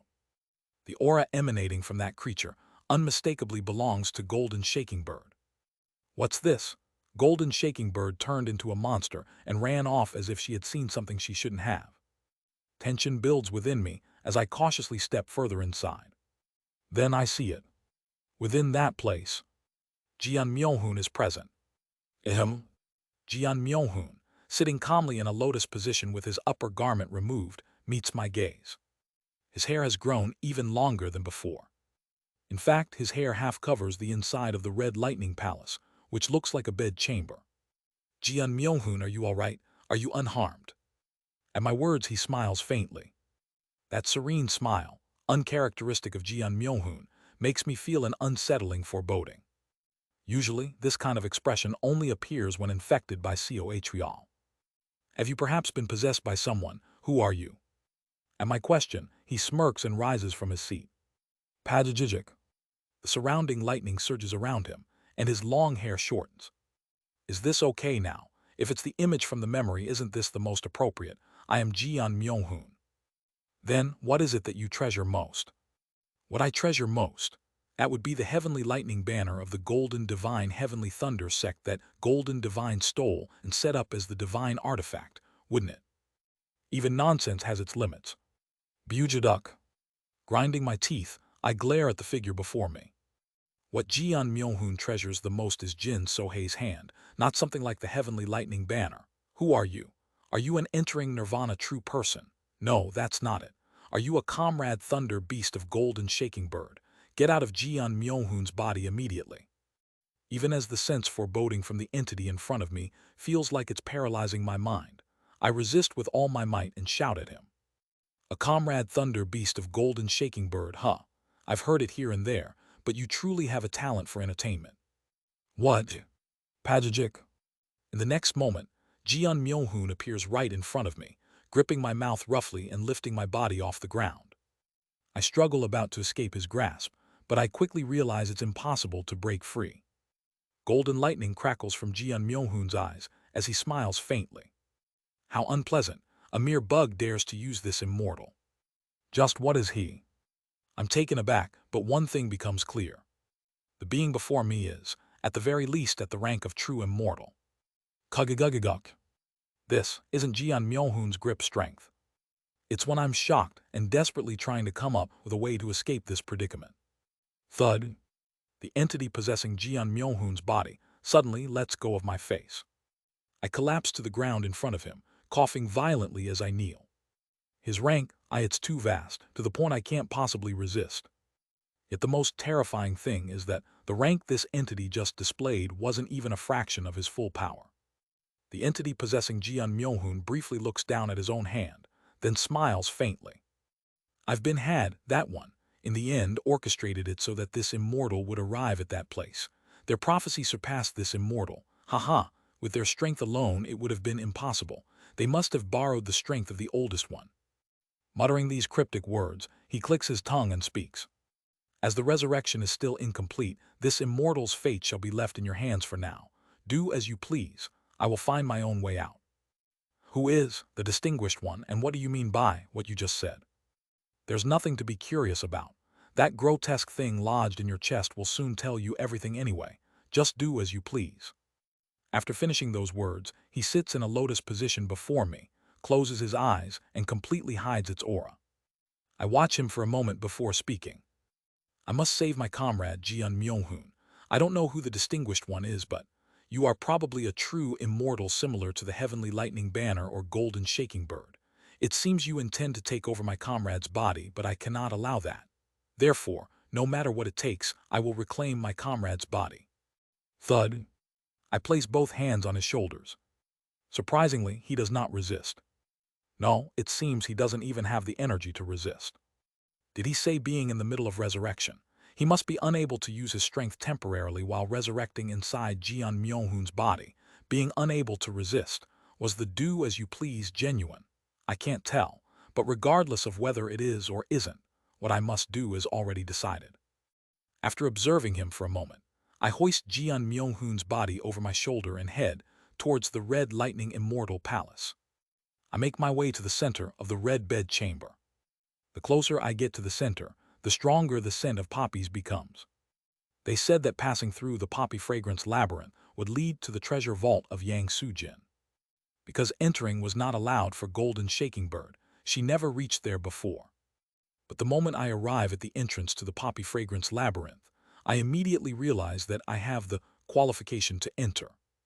So it opens incredibly easily for one who has mastered the extinguishing divine tribulating heavens technique. Pazazasa. Before me, a labyrinth-like space fleetingly reveals itself. But the moment the space comes into contact with the power of my extinguishing divine tribulating heavens technique, it instantly distorts, transforming into a straight passageway stretching forward. I sprint quickly through the passageway. The scent of poppies wafts from all around, and beyond the scenery, I see some kind of illusion. A figure resembling Yang Sujin and a white-haired woman are walking through a field of poppies. The two of them, standing at the center of the poppy field, exchange what looks like rings. I see. I grasp the purpose of the lightning sacred sea. Aside from the Tower of Trials, the spaces here consist entirely of a bed chamber, a garden, and a flower field. This place was a space created by Yang Sujin to be with the person he treasures the most. How long do I soar through the poppy fragrance labyrinth, where the illusions of Yang Sujin and the white-haired woman reside? I finally arrive at a new space. Payet. That's it. In a bizarre space that feels like a mix of an illusory dream and being underwater, I reach out towards the familiar auras floating through that space. Payet. The 5 symbols of the middle realms quickly enter the world within my soul. Now I just need to get out. But when I turn around, the path through the plum fragrance labyrinth that I came through has disappeared completely. What? It's when I'm taken aback. The being possessing Jian Myohun offers advice. You cannot return to the previous floors from the 107th floor of the Lightning Sacred Sea. That Yang Sujin created the poppy fragrance labyrinth and this 107th floor to steal his resolve. In other words, it's a structure where you can only move towards the so-called 108th floor from the 107th floor. I already sense the path leading to the 108th floor. Damn it, I hesitated because I don't know what scheme Cohreal is up to, but it seems I'm not in a position to choose anymore. Grinding my teeth, I have no choice but to throw myself towards the 108th floor of the Lightning Sacred Sea. Payet. A blinding white light engulfs my vision. I look around with a dumbfounded expression. It's familiar. This place is far too familiar. I swing my hand. Quaying. The ceiling of the familiar underground basement is torn away, revealing the surrounding scenery. At last, I realize where the 108th floor of the lightning sacred sea is. And I think I understand why Cohrial once told me to investigate Yang Sujin's shrine if I wanted to conquer the lightning sacred sea. So that's how it was here. The 108th floor of the lightning sacred sea. That place is none other than the heaven-treading desert of the head realm. Beneath Yuan Li's black castle. Sun and moon heavenly domain. Astral realm. At one location within the astral realm, in the constellation of Hyun Eum. Their Cohrial opens his eyes wide. It's done. He rises from his seat, spreading his arms with a smile. Finally, Co Ran has returned to the head realm. Jiag. With a faint smile, he forms a hand seal. Jiag, jiag, jiag, jiag. All the Cohrials scattered throughout the sun and moon heavenly domain simultaneously begin to form hand seals. At the same time, the same phrase bursts forth from the mouths of all the Cohrials in unison. Activate tainted soul filling the heavens. Chapter 496, Cohrial's main body 2. Before Co Yunhyan reaches the 107th floor. The gazes of the Cohrials, who have activated tainted soul filling the heavens, extend beyond the entire universe and reach the blood yin realm. And the heavenly fiends of the blood yin realm that have been infected by Cohrial, without even the birds and mice noticing. Those heavenly fiends, standing with their hands clasped their backs and faintly smiling, begin to crumble. Bazig, bazig, bazig. The heavenly fiends disintegrate. At the same time, the Cohrials within them begin to be consumed. By consuming the heavenly fiends that could be called the authority of blood yin themselves begins to be brainwashed. Failed creation, how dare you look down on a true immortal with such ridicule? A grand and majestic voice erupts from the very origin of the blood yin realm, spreading across the entire universe. Just because you slightly tainted this immortal's vassals, just because you slightly tainted this immortal's constellation, just because you crawled your way up before this immortal using this immortal's authority, did you think it's possible for a mere failure to devour this immortal? Dujujujujudo. The voice of the blood yin, tinged with rage, seems to scatter throughout the entirety of the sun and moon heavenly domain. How miserable, for a fragment that isn't even this immortal's leftover, for a failure made from that fragment to ridicule this immortal like this, oh how miserable it is. Kujujujujujudo. 50 true persons within the sun and moon heavenly domain who did not join the path of stars and have been maintaining their consciousness with clarity, simultaneously conceal their light entirely. Air. Until now, the quasi-immortals who have maintained their consciousness and exerted their efforts to spy on the nether ghost realm, all at once extinguish their consciousness, as if by a prearranged promise and enter into slumber. This immortal is Yu Hao Ti, the one who possesses the memories of the former chief judge of the netherworld. Now a true immortal who holds the authority seat of vice in their grasp. The owner of the blood yin realm, true immortal blood yin descends into the sun and moon heavenly domain. You bug, unable even to shake off the curse left by this immortal's replacement, I shall make you know your place. Shwela. At the same time, it seems as though all the stars across the sun and moon heavenly domain begin to be shrouded in red mist. I Yu Hao Ti hereby declare in the name of Vice Chinese letter. Simultaneously, blood begins to flow from the eyes of all the Cohrials scattered throughout the sun and moon heavenly domain. To the sinner judged by the current chief judge, Yama True Lord Chinese letter, I deliver subsequent judgment. Sinner Cohrial, hear my words. Chwarararak. One of the galaxy clusters within the sun and moon, heavenly domain where they have descended. Blood mist begins to converge towards it from all directions. As the blood mist coalesces in the void, it takes on the form of a scroll the size of a small galaxy. Chwararuk. The scroll unfurls. Upon it evil deeds Chinese letter are inscribed. These evil deeds are the sins committed under the name of the entity known as Cohrial. Just when blood yin is about to resoundingly recite Cohrial's evil deeds within the sun and moon, heavenly domain that is facing the end. Wowung. From the constellation of Hyun Eum, a gloomy laughter can be heard. How amusing you are, O blood yin. While you look down on me as a bug, For what reason did you break your seclusion from healing the wounds inflicted by the owner of light and descend into the astral realm? Why would you recklessly invoke the authority of vice in a state where you are incomplete in order to capture a failure like me? You! Blood Yin roars. However, the reply that comes from the distant constellation only mocks Blood Yin further, exposing their true hidden thoughts. It must be because you are afraid of me. Isn't that right, Blood Yin? Not knowing what corrupted me in the head realm, not knowing what kind of ominous power I obtained there that allowed me to escape your control and taint the entirety of the sun and moon heavenly domain. It is because of that ignorance, because of that fear of the unknown, that you are unleashing all your power. Ho ho. Let the judgment begin. Ignoring the voice transmitted from the distant constellation. Ignoring Cohrial's voice, Blood Yin tries to imbue power into the scroll. But just then, your shamefulness is the very reason for your defeat, Blood Yin. Kugagugaguguk. From deep within Blood Yin, something struggles madly as if trying to break free. Quadajijajik. Blood Yin's body, the Blood Yin realm, turns upside down in chaos. At the same time, a purple dragon lets out a roar from within. No longer can I endure, the neck must be hanged, the neck must be hanged, the neck must be hanged. It is the first Sea Dragon King, whose true devil realm was invaded by Blood Yin thousands of years and ago and ultimately devoured. The personality of Ya-Eum, through Cohrial's tainted soul filling the heavens, is temporarily released.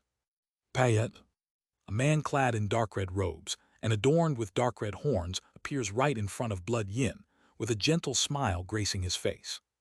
You are not Yu Hao Ti, merely a madman who believes himself to be Yu Hao Ti. Shutup. The entire universe shakes from Blood Yin's wrath.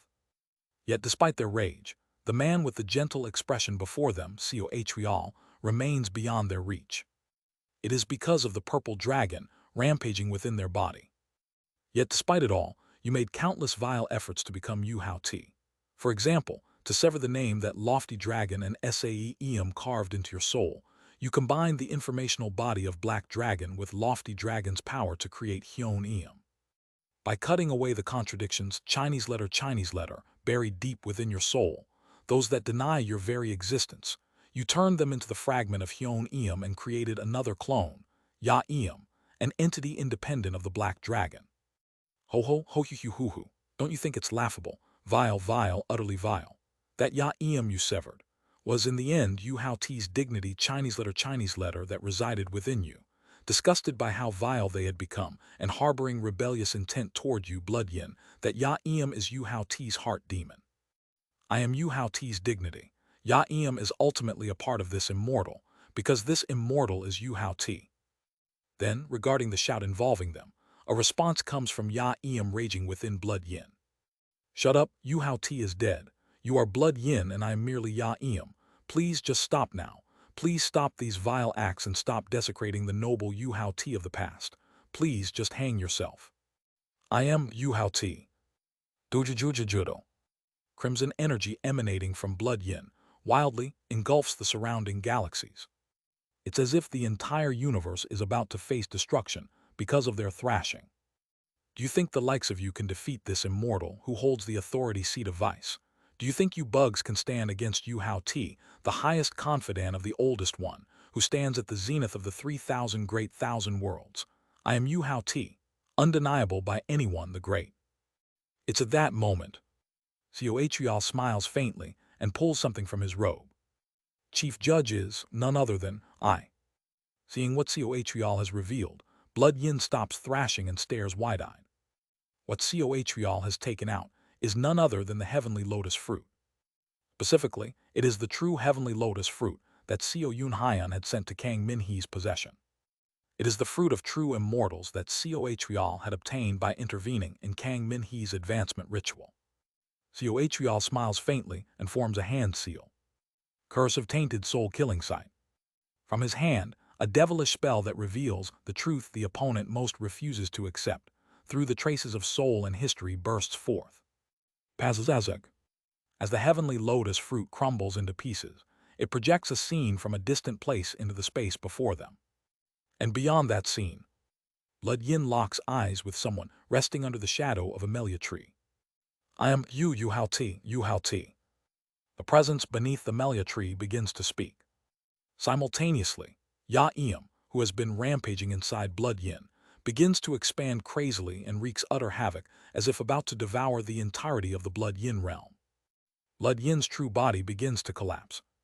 Yet even as Ya-Eum's rampages, Blood Yin merely trembles without resistance, staring at the figure seated beyond the revealed scene. Pazazasa.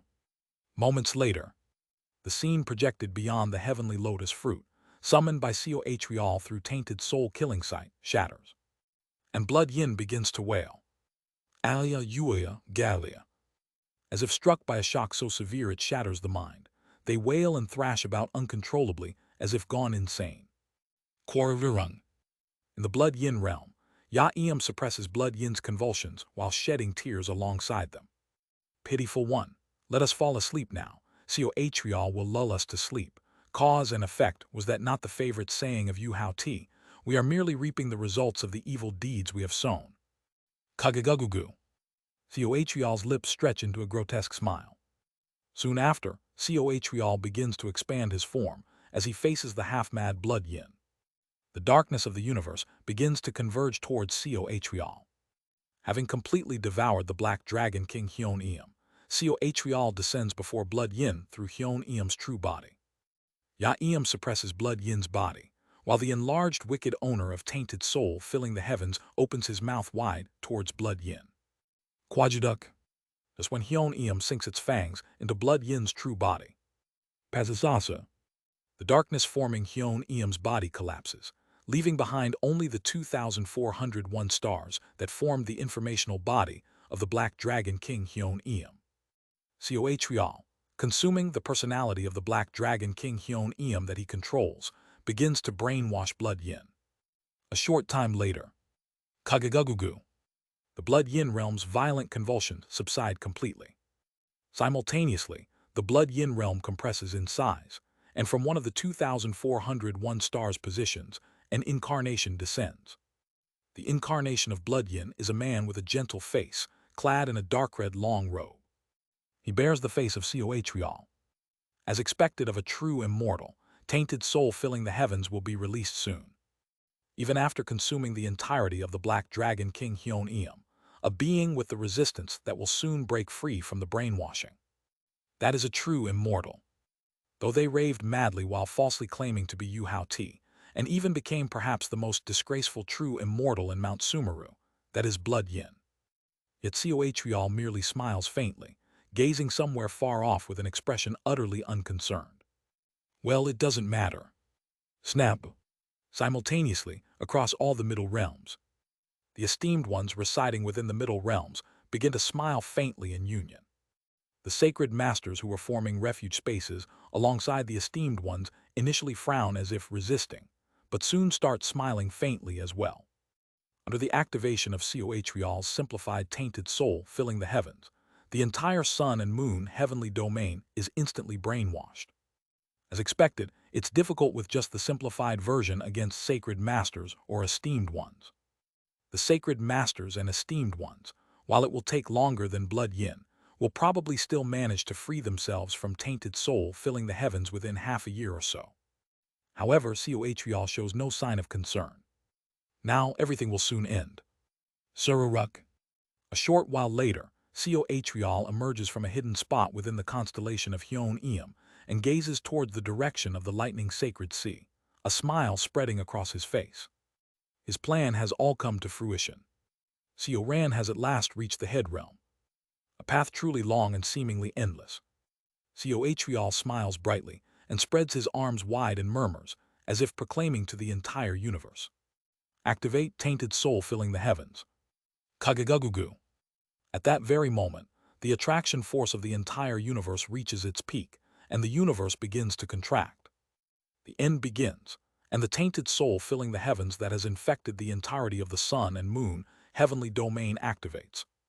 Its target lies within the interdimensional void of the sun and moon heavenly domain. Located in the central upper part between the 5 middle realms and the most ominous land in the 3,000 great thousand worlds. It is the head realm, the skull of some being. Ohiseo appears next to Cohrial and extracts the souls from the skulls of Su-In and Hong Yon. Finally, Coatreal activates the plan he had begun devising 40,000 years ago. Kugagagung. The attraction force of the entire universe begins to converge toward the head realm. Kugagagugu. I stare at the sky of the head realm with a dumbfounded expression. It's a familiar darkness. Looking at the entity with that revolting heart essence, I finally understand Coatreal's true purpose. Brainwashing the head realm, is that your goal, Coatreal? Coog. With a dumbfounded expression, I fix my gaze towards the center of the head realm sky. The ascension gate within ascension path. The ascension gate that is normally closed forcibly opens, and from it, a brainwashing wave as vast as the combined entirety of the universe envelops the head realm. Sioran. Then I see Sioran screaming in agony. Sioran. Buwung. A certain halo appears behind Sioran's head. In agony, he utters someone's name. Ku Uag. It is the halo of the heavenly circle, obtained during the heavenly being stage. The circle symbolizing acceptance at fate's end. Chinese letter, Chinese letter, Chinese letter. Astral realm. The location where Coatreal resides. Around him, 4 axes emerge. Health, wealth, longevity, and love of virtue. The acceptance at fate's end of the head realm, and the 4 axes of the astral realm. Coatreal forms a hand seal, his smile disappearing as he adopts a solemn expression, and declares, "Then from this moment on, heaven and earth unity shall begin." Chapter 497, Coatreal's main body 3. The very first existence of me began approximately 60,000 years before the collective ascension of the 3 great sects and the demon race. At that time, I was activated by blood yin. However, the me of that time was not the me of now. I was merely an existence that operated unemotionally and monotonously, like a mechanical device. Without any doubts or anguish, I simply executed commands whenever Ya-Eum, the split soul of blood yin, inputted orders. 40,000 years ago, I flowed down to the lower realm. There, under Ya-Eum's orders, I began searching for what blood yin desired most. The authority seat of Yu-Hao-Ti, divided into vice and virtue.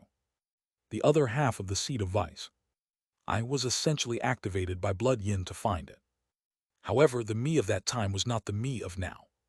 The plan to devour blood yin, spending hundreds of billions of years covering the sun and moon, heavenly domain with purple soul filling the heavens, Ya-Eum's plan to ultimately annihilate blood yin's persona, began during that time. Even though I was central to Ya-Eum's plan, the me with an autonomous persona did not yet exist then. The point at which I became me came slightly later. The birth of the current me, that occurred approximately 4,000 years before the collective ascension. It happened during the communication work of the Yuan clan under blood yin's command.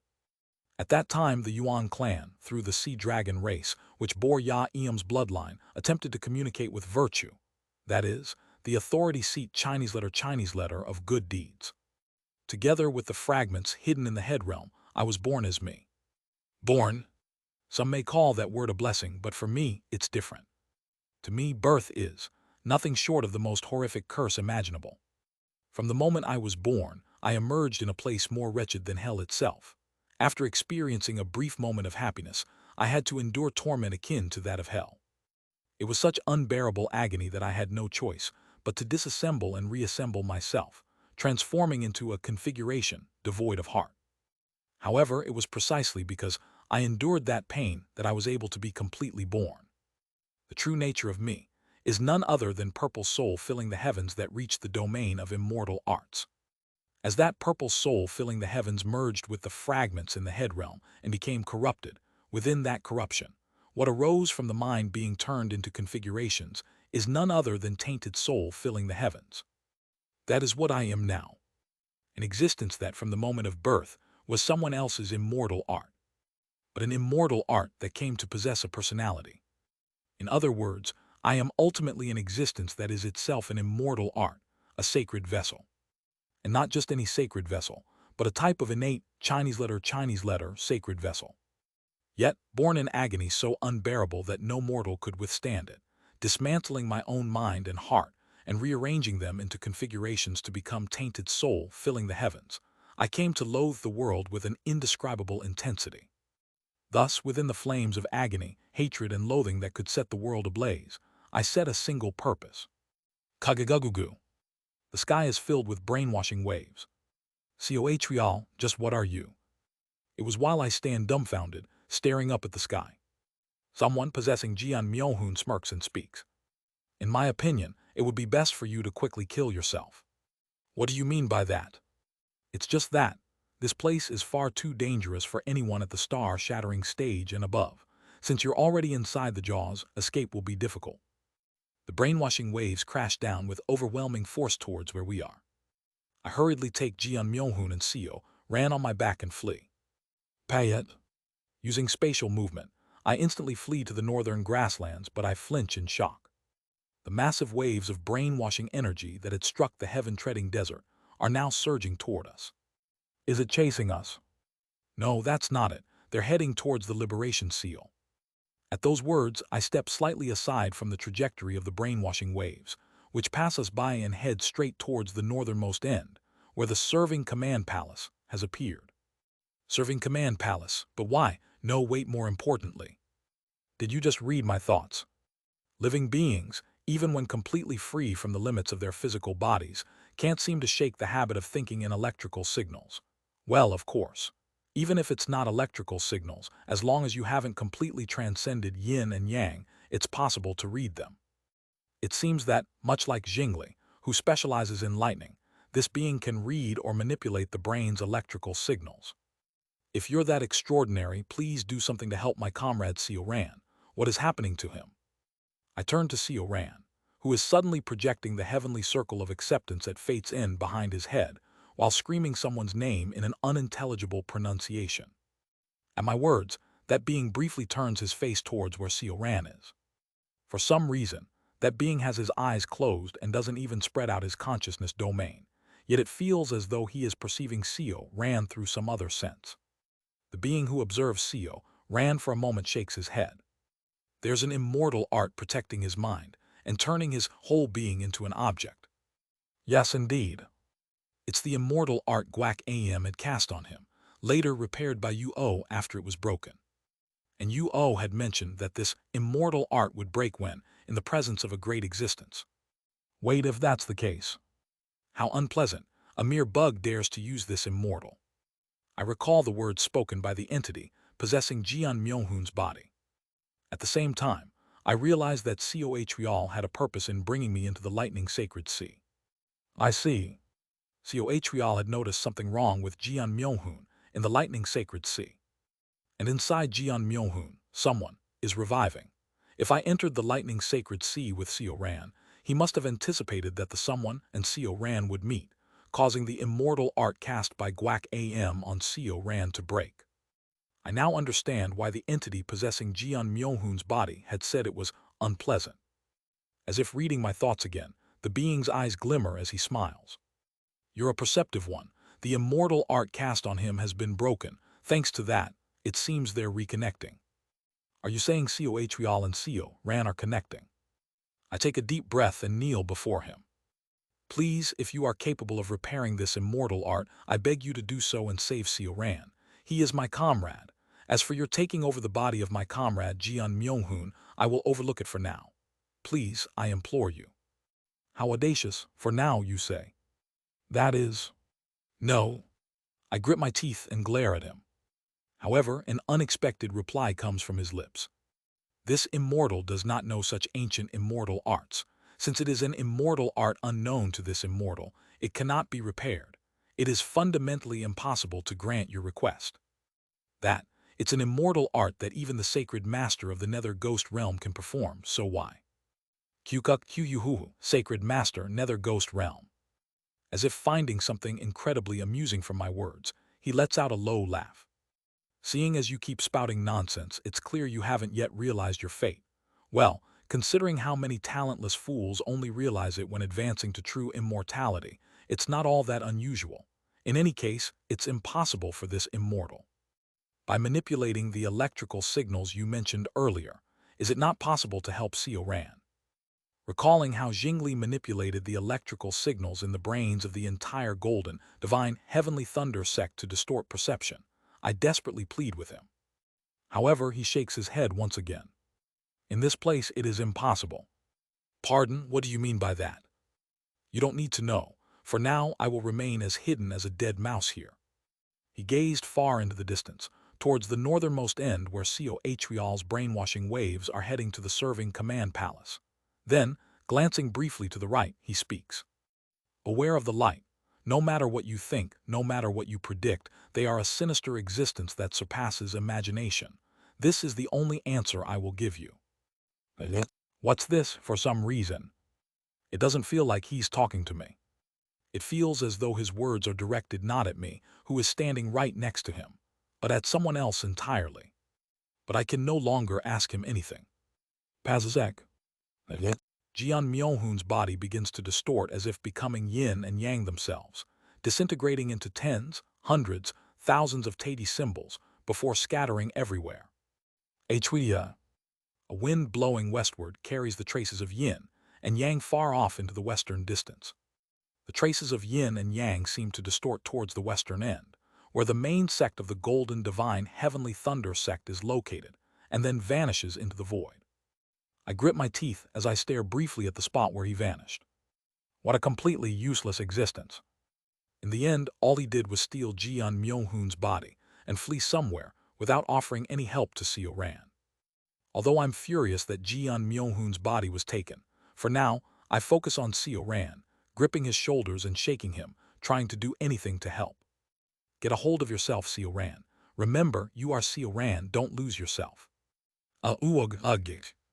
Bloodshot veins appear in Seo Ran's eyes. He grits his teeth.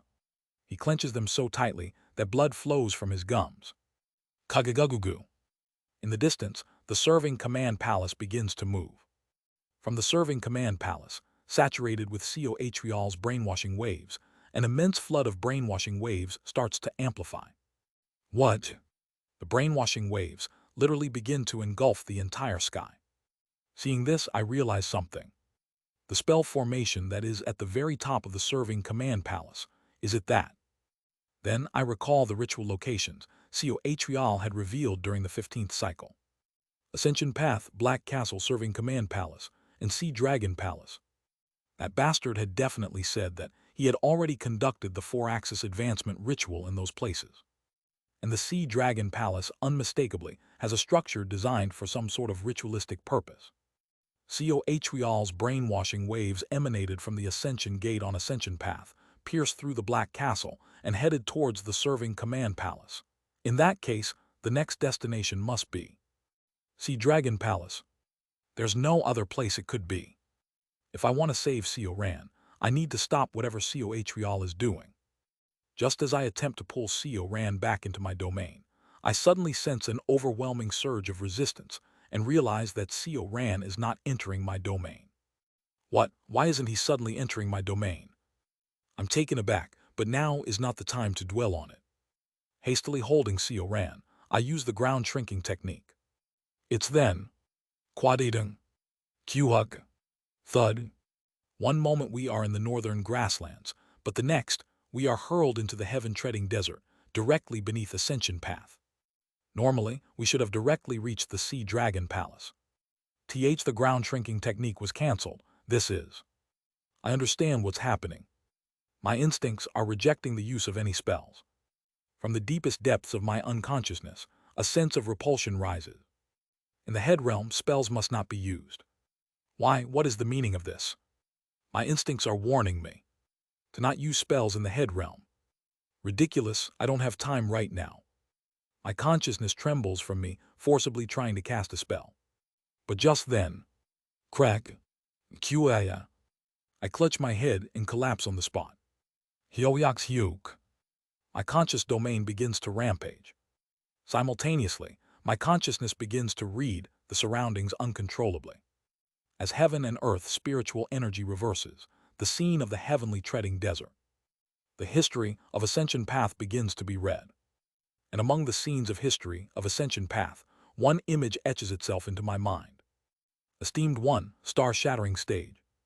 It is a star-shattering stage, Esteemed One. At the same time, the heavenly fiends of the Blood Yin realm come into view. They are pouring into the head realm through the Ascension Gate. The Esteemed One, exuding blood devilish energy of the blood yin realm, descends above the ascension path and searches for something. Then their gaze lands on a certain place. It is none other than the shrine constructed of massive black ore. Since the shrine is positioned directly in front of the ascension gate, it is not difficult to find. The esteemed one of the blood yin realm, with their monstrous form, swings one hand without hesitation. The shrine of Yang Sujin is ripped from its place and flung far outside ascension path. The shrine crashes into the heaven-treading desert outside ascension path and embeds itself there, leaving only the topmost layer exposed above the desert sands. And the part of that shrine happens to be the black castle I am familiar with. Immediately after, the esteemed one of the blood yin realm lets out an eerie scream and overturns the entirety of ascension path. The vacant space where Yang Sujin's shrine once stood is shoved to one side of ascension path. The esteemed one of the blood yin plane laughs, as though they feel schadenfreude. Then the esteemed one extends a hand to erase even the fragmented half of Yang Sujin's warning plaque that had been torn apart by their single strike moments earlier. At that moment, the esteemed one's consciousness begins to spiral out of control. The esteemed one suddenly looks up at the sky. In the next moment, the esteemed one starts screaming, as if they witnessed something unimaginably horrifying and terrifying.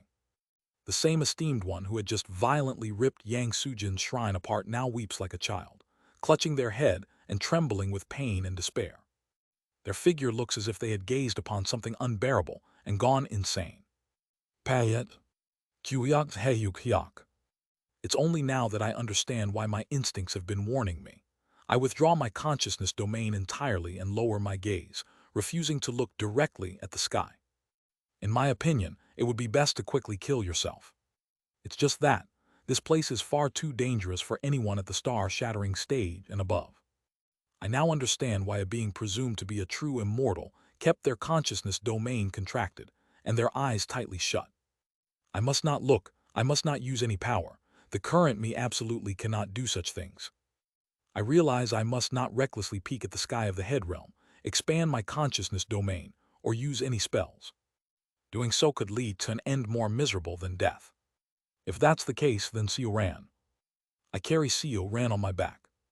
Afterward, I use only my senses to determine the direction, and with my eyes on the ground, propel myself forward by kicking off the earth. Quang. The physical abilities I possess, having reached the sacred vessel stage, are more than sufficient on their own. With a single kick, I shoot forward like a meteor, reaching the sea beneath the heaven-treading desert. Looking at the reflection of Seo Atrial's brainwashing waves on the surface of the sea, I observe and read the flow of those waves. As expected, it's heading toward the Sea Dragon Palace. Sprinting at full force and determined to shatter the Sea Dragon Palace, I deploy water-traversing steps ever faster and move across the sea. Just hold on a little longer, Seo Ran. In the distance, the southern end of the head realm comes into view. With Seo Ran still on my back, I prepare to dive. But it seems that's unnecessary. Kagagugugu. The Sea Dragon Palace is surfacing. Dujijudo. It's rising up, Kug. Careful not to look directly at the sky, I follow the Sea Dragon Palace's straight ascent from underwater, chasing it as it rises toward the sky. Tingle, tingle. However, as time passes, my body starts stiffening, my head begins to ache, and an indescribable flow of knowledge seems to pour into me, forcing out a groan. Helyok. Thump thump. My heartbeat gradually quickens, and strength drains from my body. Of course, even in this condition, I continue crossing the sea swiftly, but it's clear that my strength is waning. Is this the head realm? Just by keeping my eyes open, my vision gradually starts to warp, and I feel the terrifying gaze of some unfathomable being upon me. This place is far too dangerous for anyone at the star-shattering stage and above. He didn't close his eyes and say such things for no reason. Struggling with all my strength, I force myself to continue using void steps with my eyes shut, rising towards the Sea Dragon Palace. I intend to ram it with my body and destroy it entirely. Kagagugugu. The Sea Dragon Palace, which has been rising in a straight line, finally reaches the upper sky. It arrives at the astronomical observatory of the Sea Dragon race and merges with it. Only then does it come to a stop. That place is... I grip my teeth tightly. That place is where the last remains of Qingmun Ryong are located. If I charge straight into it, his remains could be shattered. It is an absolute salt pillar that turns everything that touches into salt, but now that I have reached the sacred vessel stage, I instinctively feel that I can break it. Clenching my teeth, I kick off the void once more. Master, to save Seo Ran, I will honor you in my heart. Seo Atrial's brainwashing waves converge on the Sea Dragon Palace, and I charge towards it without hesitation. Quaying. With my body slam, the Sea Dragon Palace collapses before the brainwashing waves can reach it, and the astronomical observatory beyond the palace, along with the last remains of Qingmun Ryong, crumbles completely. The remains of Qingmun Ryong fall. Those remains scatter downward, having turned into nothing more than ordinary salt powder. Perhaps from the very moment he died in the world of Pinglai Island, Qingmun Ryong's remains had already turned into an ordinary salt pillar. Farewell, master.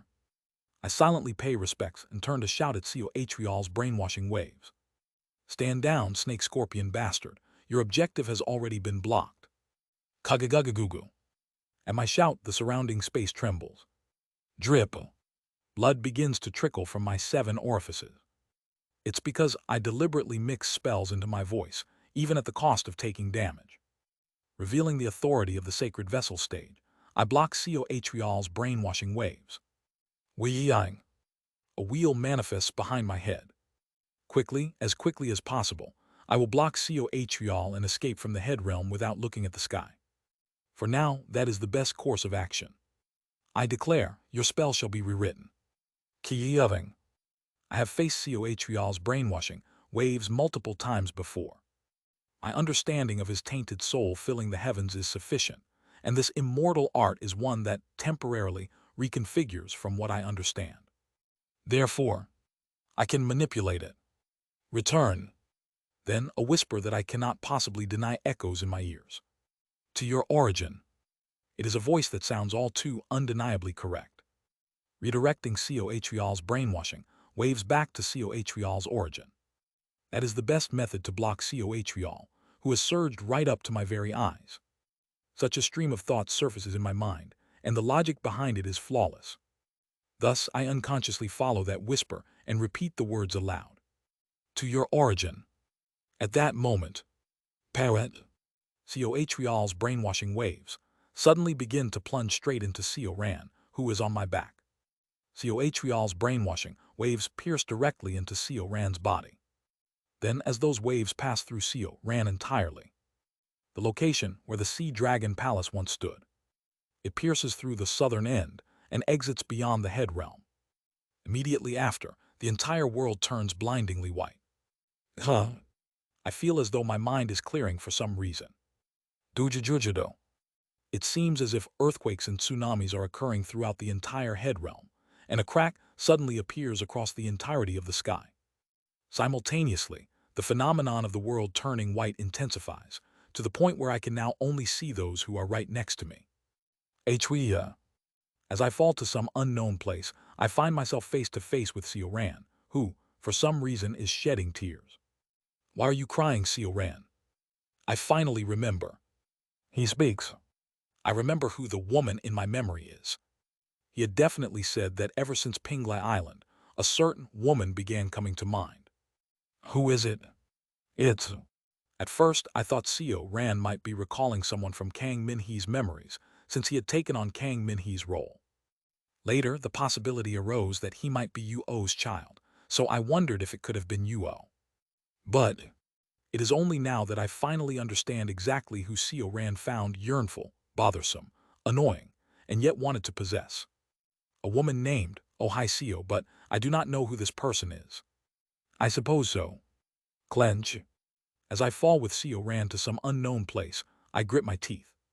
For some reason, tears stream from my eyes. Because it was you. What? It was you. My body trembles. Not from fear or cold, but from betrayal, sorrow, absurdity, and pity. It is only now that I understand everything. Yuk Rin of the ancient Force Realm was, at first, clearly a cold and rational dragon king with no tears or blood. To achieve his own goals, he was an existence that treated Yuk Yo as a chess piece or object. But at some point, Yuk Rin became obsessed with Yuk Yo, desiring to possess her. And Yuk Yo and Beek Rin. He tormented the two lovers as much as possible, trying in every way to separate and inflict pain upon them. Come to think of it, wasn't it strange? Why would the once cold and calculating Dragon King suddenly be consumed by emotions towards Yuk Yo? The answer is all too simple. Because Seo Ran wanted it. I come to understand the reasons behind the seemingly trivial matters that I had never been able to grasp before across my 998 lifetimes. Why did Seo Ran suddenly think of Oh Hi Seo? Why did Seo Atrial never kill Seo Ran directly, but always attempt to do so indirectly? Why did the chief judge only punish Seo Atrial's masks and not his main body? Why did the owner of Great Mountain kill everyone, but specifically devoured only Seo Ran's nascent soul? Why did Seo Ran regain his senses on Pinglai Island before I did? Why did Seo Atrial, when I said that Seo Ran is my friend, burst out into such uncharacteristic laughter? You were Seo Atrial's main body. I understand everything. The pillar of tainted soul filling the heavens. The treasure Seo Atrial holds most precious. The soul light I saw within the heart essence of his tainted soul filling the heavens. Only now do I understand why I have always been so easily swayed by Seo Atrial. It's because the most powerful core of tainted soul filling the heavens has been right beside me, acting as a friend in my heart. Having the core of tainted soul filling the heavens by my side, I have unknowingly been ensnared in its greatest influence all along, even if Seo Ran had no intention of doing so. What do you mean? Seo Ran asks with a look of confusion. I look at Seo Ran's face.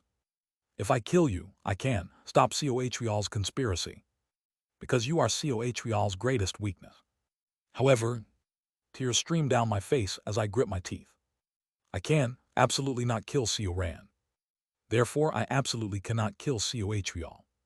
Because Seo Ran is. No, because Seo Atrial is truly my friend. I can destroy Seo Ran's body here and now, even crush his soul and send him to the underworld. But I release the strength from the hand holding Seo Ran's body. The world has arrived at the end. Seo Atrial's plan has succeeded, and whether he brainwashes the head realm or does something else, he will attain what he desires in his grasp. You've won, Seo Atrial. In this life, I have no idea what more I can possibly do. I cannot kill my friend. No matter if it's the only way to kill the monster I've hated the most. And so, in the midst of the world that whitens and crumbles with the end, I close my eyes, waiting for my 999th return. I thought this would be my 999th death. An old man carrying a flower basket speaks. Oh, annihilation flower. An unimaginably ominous flower begins to bloom from my chest. Open the doors to the audience chamber. The next moment, the whitened world blinks into darkness. Who was this again? I stare blankly at the old man holding a flower basket, who has appeared beside me at some point, unable to comprehend who he is. The whole world is covered in darkness. Seo Ran, who stands before me, is crumbling away into the shadows. It's not just Seo Ran. The ominous flower blooming from my chest is deconstructing even myself. The ominous flower is devouring me. I am being consumed by this ominous flower, known as the annihilation flower. And then, as I become one with the annihilation flower, I finally understand. The beings who have transcended the limits and boundaries of true immortals. Regarding the plans of the governing immortals, I can feel the world being annihilated. However, this annihilation is not the same as the end that just occurred moments ago. If the typical end is when the universe's attraction force reaches its peaks, causing everything to contract and compress into light and heat, then the annihilation brought about by this annihilation flower is truly nothing but pure black darkness. It's not a proper end, but rather an act of simply overlaying the concept of death on the world. On everything has ended. I understand. Now, as everything in my body is absorbed by the annihilation flower and its roots, I become annihilation, Chinese letter itself, and come to understand. The plan laid out by the being before my eyes, and the plan laid out by those who are with him. Kiyeving. Everything in the head realm disappears.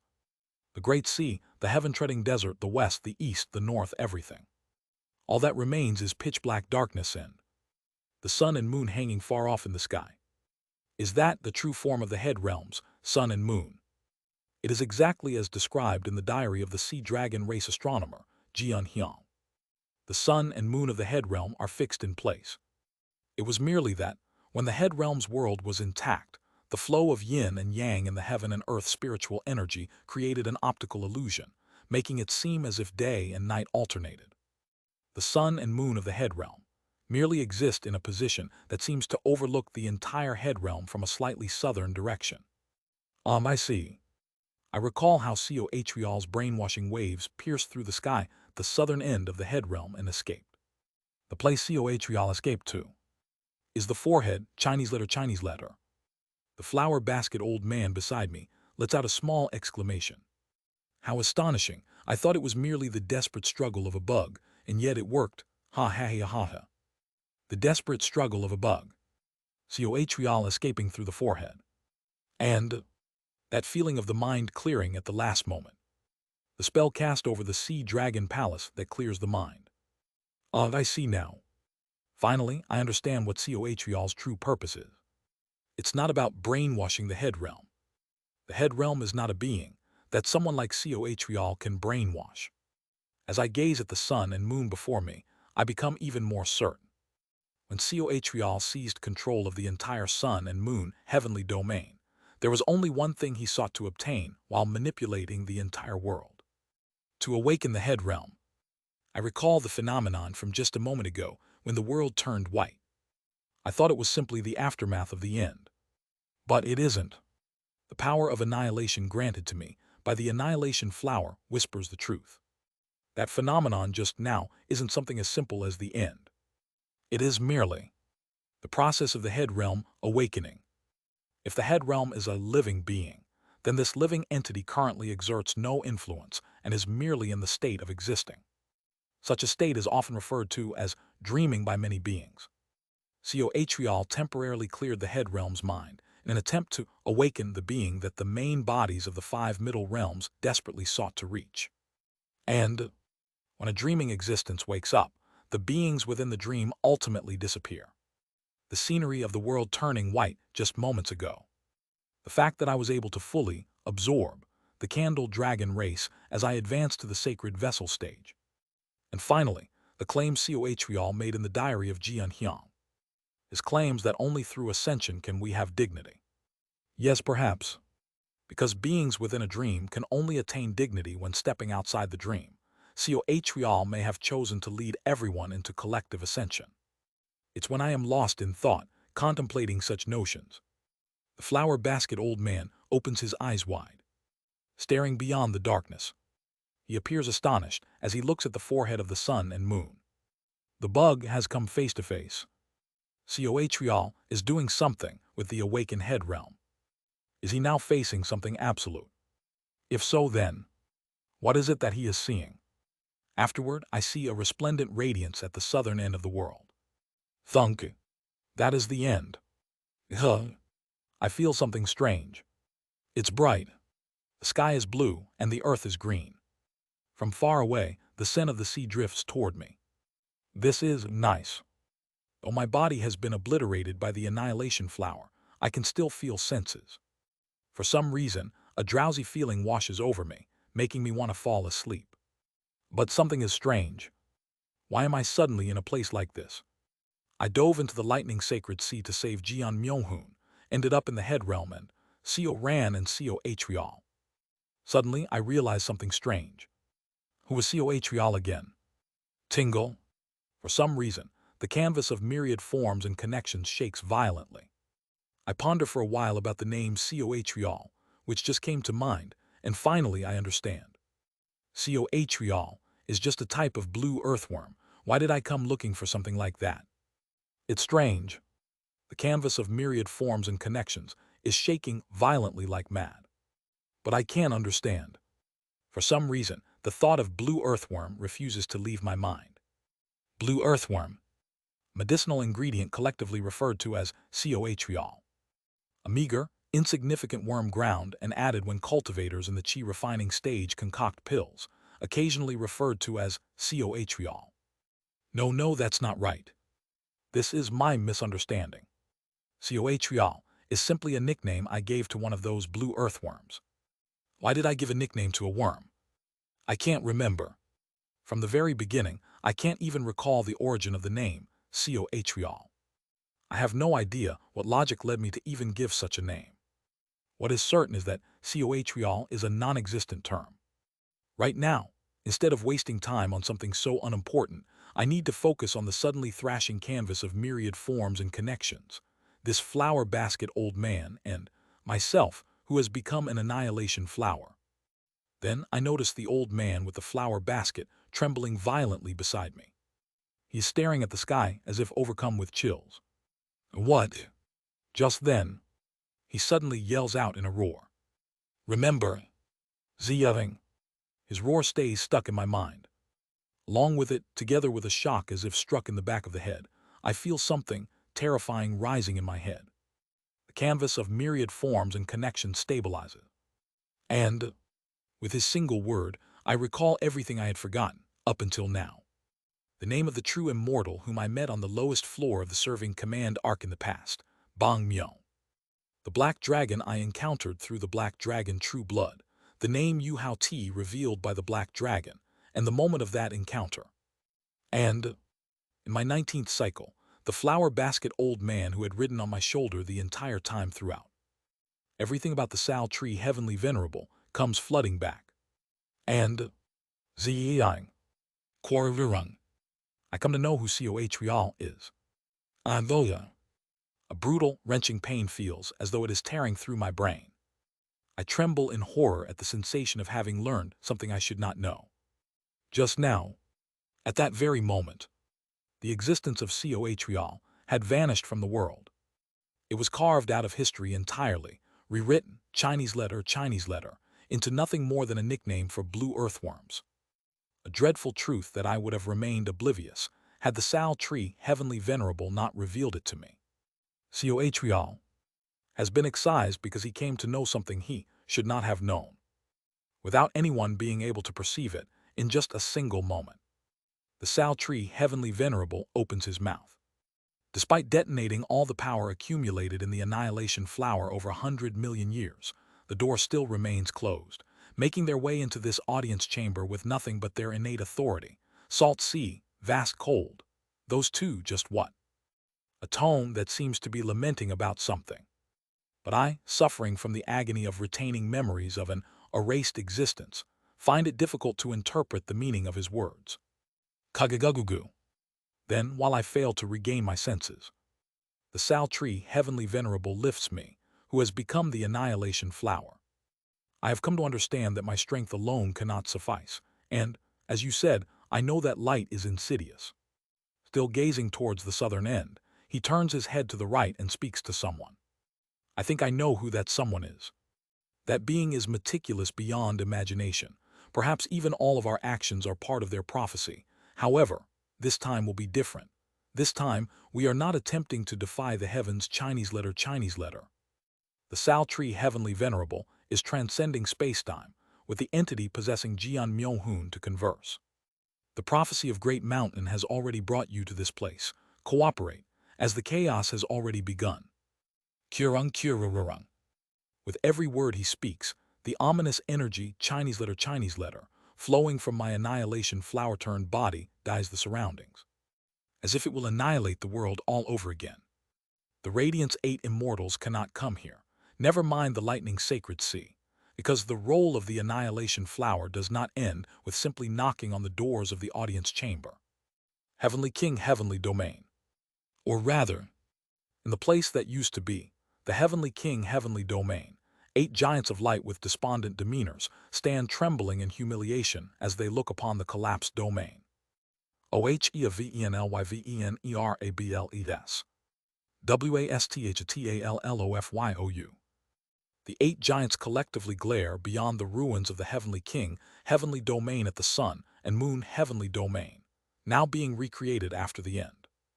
There, the single move unleashed by the Sal tree heavenly venerable blankets the head realm in annihilation, using that annihilation as a coordinate to open a direct path towards the existence connected to the annihilation flower. The Radiant's 8 immortals, who had been preparing to stop the great mountain supreme deity in the heavenly king heavenly domain, collectively grit their teeth in anger and tremble in fury. Seo Yunhyan, who has become the annihilation flower, and the existence connected to him. The owner of mountain, who had been watching the closing act of the supreme deity hunt, begins to properly exert their strength. Eastern end of the head realm. In a place where a small hole has formed in the dimensional barrier from the activation of the annihilation flower, someone enters. Kug. It is Hong Fan, who has lowered his cultivation to the integration stage and entered. Stepping onto the easternmost land, Hong Fan, perhaps unaccustomed to his senses being constrained to the integration stage. Perhaps unaccustomed after traversing such a vast boundary. He clutches his head and staggers in place for a moment. During this time, Hong Fan accidentally steps on and crushes a blue earthworm that had just crawled out from underground. Regaining his composure, Hong Fan lifts the foot that had squashed the blue earthworm. The blue worm lies crushed and dead. Seeing this, Hong Fan kneels down for a moment, as if feeling regret. I am sorry, little bug, it was not my intention, but alas, you could have just stayed buried in your burrow and lived. Why did you stick your head out of it, pitiful child?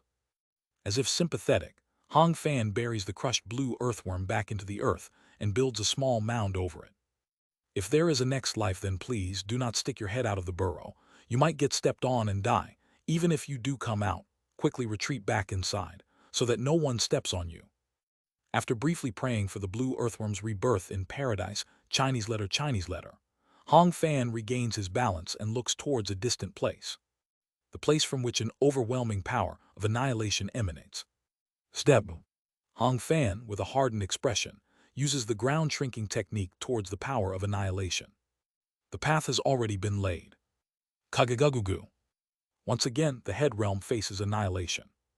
Simultaneously, I sense a significant change in the attraction force emanating from the Sal tree, Heavenly Venerable. The Heavenly Venerable's attraction force shifts the axis of spacetime. Throughout the world, I can feel the fabric of time and space being wildly distorted. At the same time, I catch a faint glimpse of Yong Seung, Chinese letter, flickering beyond the sky. Yong Seung, empowered by the authority of the Sal tree Heavenly Venerable, activates something. Please come, Western Heaven, Chinese letter, Great Mountain, Chinese letter, Liberation, Chinese letter. At that exact moment, beyond the distorted flow of time, the path connected to the annihilation flower is revealed. Beyond the annihilating head realm, someone else begins to emerge. So that's what it is. The figure of the flower basket old man begins to gradually distort and twist. From my perspective, only a few seconds have passed, but perhaps due to the time-space distortion caused by the Sal tree, Heavenly Venerable and Yong Seung. The entities emerging from the rift seem to have already spent thousands, tens of thousands of years. Countless reapers appear, and from the dark and deep recesses, the oldest one descends. The monster that has accumulated power and authority through countless mountains of corpses and seas of blood, the one connected to me, the great mountain supreme deity emerges. And behind them, though the figure is not clearly visible, a somewhat familiar being makes their entrance. From the old man who has been holding me until now, flowers of various shapes and colors bloom from his eyes, nose, mouth, and ears. He begins transforming into a colossal bizarre god, Chinese letter, composed entirely of a flower field. The snake is coming. The voice of the old one echoes. I feel my entire soul being crushed under the weight of their presence. The very existence and mass of these entities distorts reality itself. The Sal tree, Heavenly Venerable, releases me on the spot. As if summoning these great entities to this place is the end of my role. The great beings summoned here no longer pay attention to me. Among them, the owner of the great mountain seems to briefly glance at me, but as if deciding it is not important right now, they divert their gaze. However, I am struck by a powerful shockwave just from that gaze, and I am sent flying far into the distance. In an instant, I am flung beyond the head realm and into the newly created astral realm as I watch their backs. At the forefront, the bizarre god of the flower field speaks. At last, the moment has arrived to break open the door, in order to save time. With those words, the great beings begin to exert their power. Under their authority, the entirety of the newly created sun and moon heavenly domain. No, even beyond the sun and moon heavenly domain, trembles under their overwhelming authority. We yetting. For some reason, the oldest one seems to slightly glance back at me. From within a darkness so deep that even perceiving is difficult, the oldest one does something to me. I immediately understand what they have done. They have forbidden, Chinese letter, my death. I see. While I am uncertain about the others, I can tell that at least this being is clearly aware of my regression. And so, under their authority, the world twists, and a blinding light illuminates everything. That's the end. Achwidia. I now reduce to a single flower petal drained of all power, drift endlessly through the universe, unable to die. The first year is bearable. But 2 years pass, then 3, then 10. In this state as a flower petal, I am utterly incapable of doing anything. Complete powerlessness, Chinese letter. However, I can feel my authority gradually returning. At the outskirts of the underworld, my authority as a sacred vessel, sacred master, begins to return. In this form as a single flower petal, if I can just connect to the outskirts of the netherworld after recovering all my authority, I can regain my strength. But I have no way to do so. 100 years have passed. I decide to carry out the sacred vessel advancement ritual for the Earth tribe by splitting my consciousness right now. After all, immortal arts are activated by the heart alone. Reciting the flawless mantra, I think of being upside down in my state as a flower petal as I fragment my mind. 1,000 years have passed. In subjective time, it felt like 10 million years. Is it because I had already undergone the Heaven Tribe Sacred Vessel Advancement Ritual? The Earth Tribe Sacred Vessel Advancement Ritual is 99% complete. Though confined to the tiny interior of this flower petal, I created a race, formed a world, and developed civilizations through my thoughts, Chinese letter. The civilizations that emerged within my thoughts ultimately unified into one and returned to me, becoming me once again. By reclaiming my body and conducting a simplified version of the Earth Tribe Sacred Vessel Advancement Ritual, I can now advance to the Heaven and Earth Dual Cultivation Sacred Vessel stage. While my ability to wield immortal arts has improved, I am still far from finding a way to restore my body and authority. Because the underworld has forbidden, Chinese letter, my death, I cannot enter the underworld, let alone its outskirts. To overcome this, I must either obtain power strong enough to shatter the prohibition of the heavenly venerable of the underworld, or find something capable of ignoring the prohibition altogether. 10,000 years pass. I drift across various corners of the universe, occasionally being devoured by innate star-shattering esteemed ones and excreted as waste while wandering through the world. Since I cannot die anyway, I am not particularly worried. I attempt anything to find a way to connect to the netherworld. I try to achieve this through immortal arts, but every immortal art I can employ is swallowed by the heavenly venerable's prohibition. With immortal arts alone, I can never regain my strength. Realizing this, I search for other methods. I cling to innate star-shattering esteemed ones, parasitizing them with my immortal arts, taking control over them, and testing my methods. I even try creating puppets or mechanical devices through parasitism. I activate every ritual and spell I know. As a last resort, I even offer a ritual to the Sword Spear Heavenly Lord. However, the Sword Spear Heavenly Lord does not respond at all. I also try to search for my comrades, but ever since the Sal Tree Heavenly Venerable and Yong Seung distorted time and space, I can no longer access the middle realms from the astral realm. I attempt to distort spacetime using immortal arts to ascend, but, in a state devoid of spiritual power, chi, or attraction force, going to the middle realm feels impossibly distant. Even doing so by guiding innate star-shattering stage esteemed ones results in the same. Perhaps it's due to a problem with spacetime itself, as even with the power of esteemed ones, ascension is far too difficult.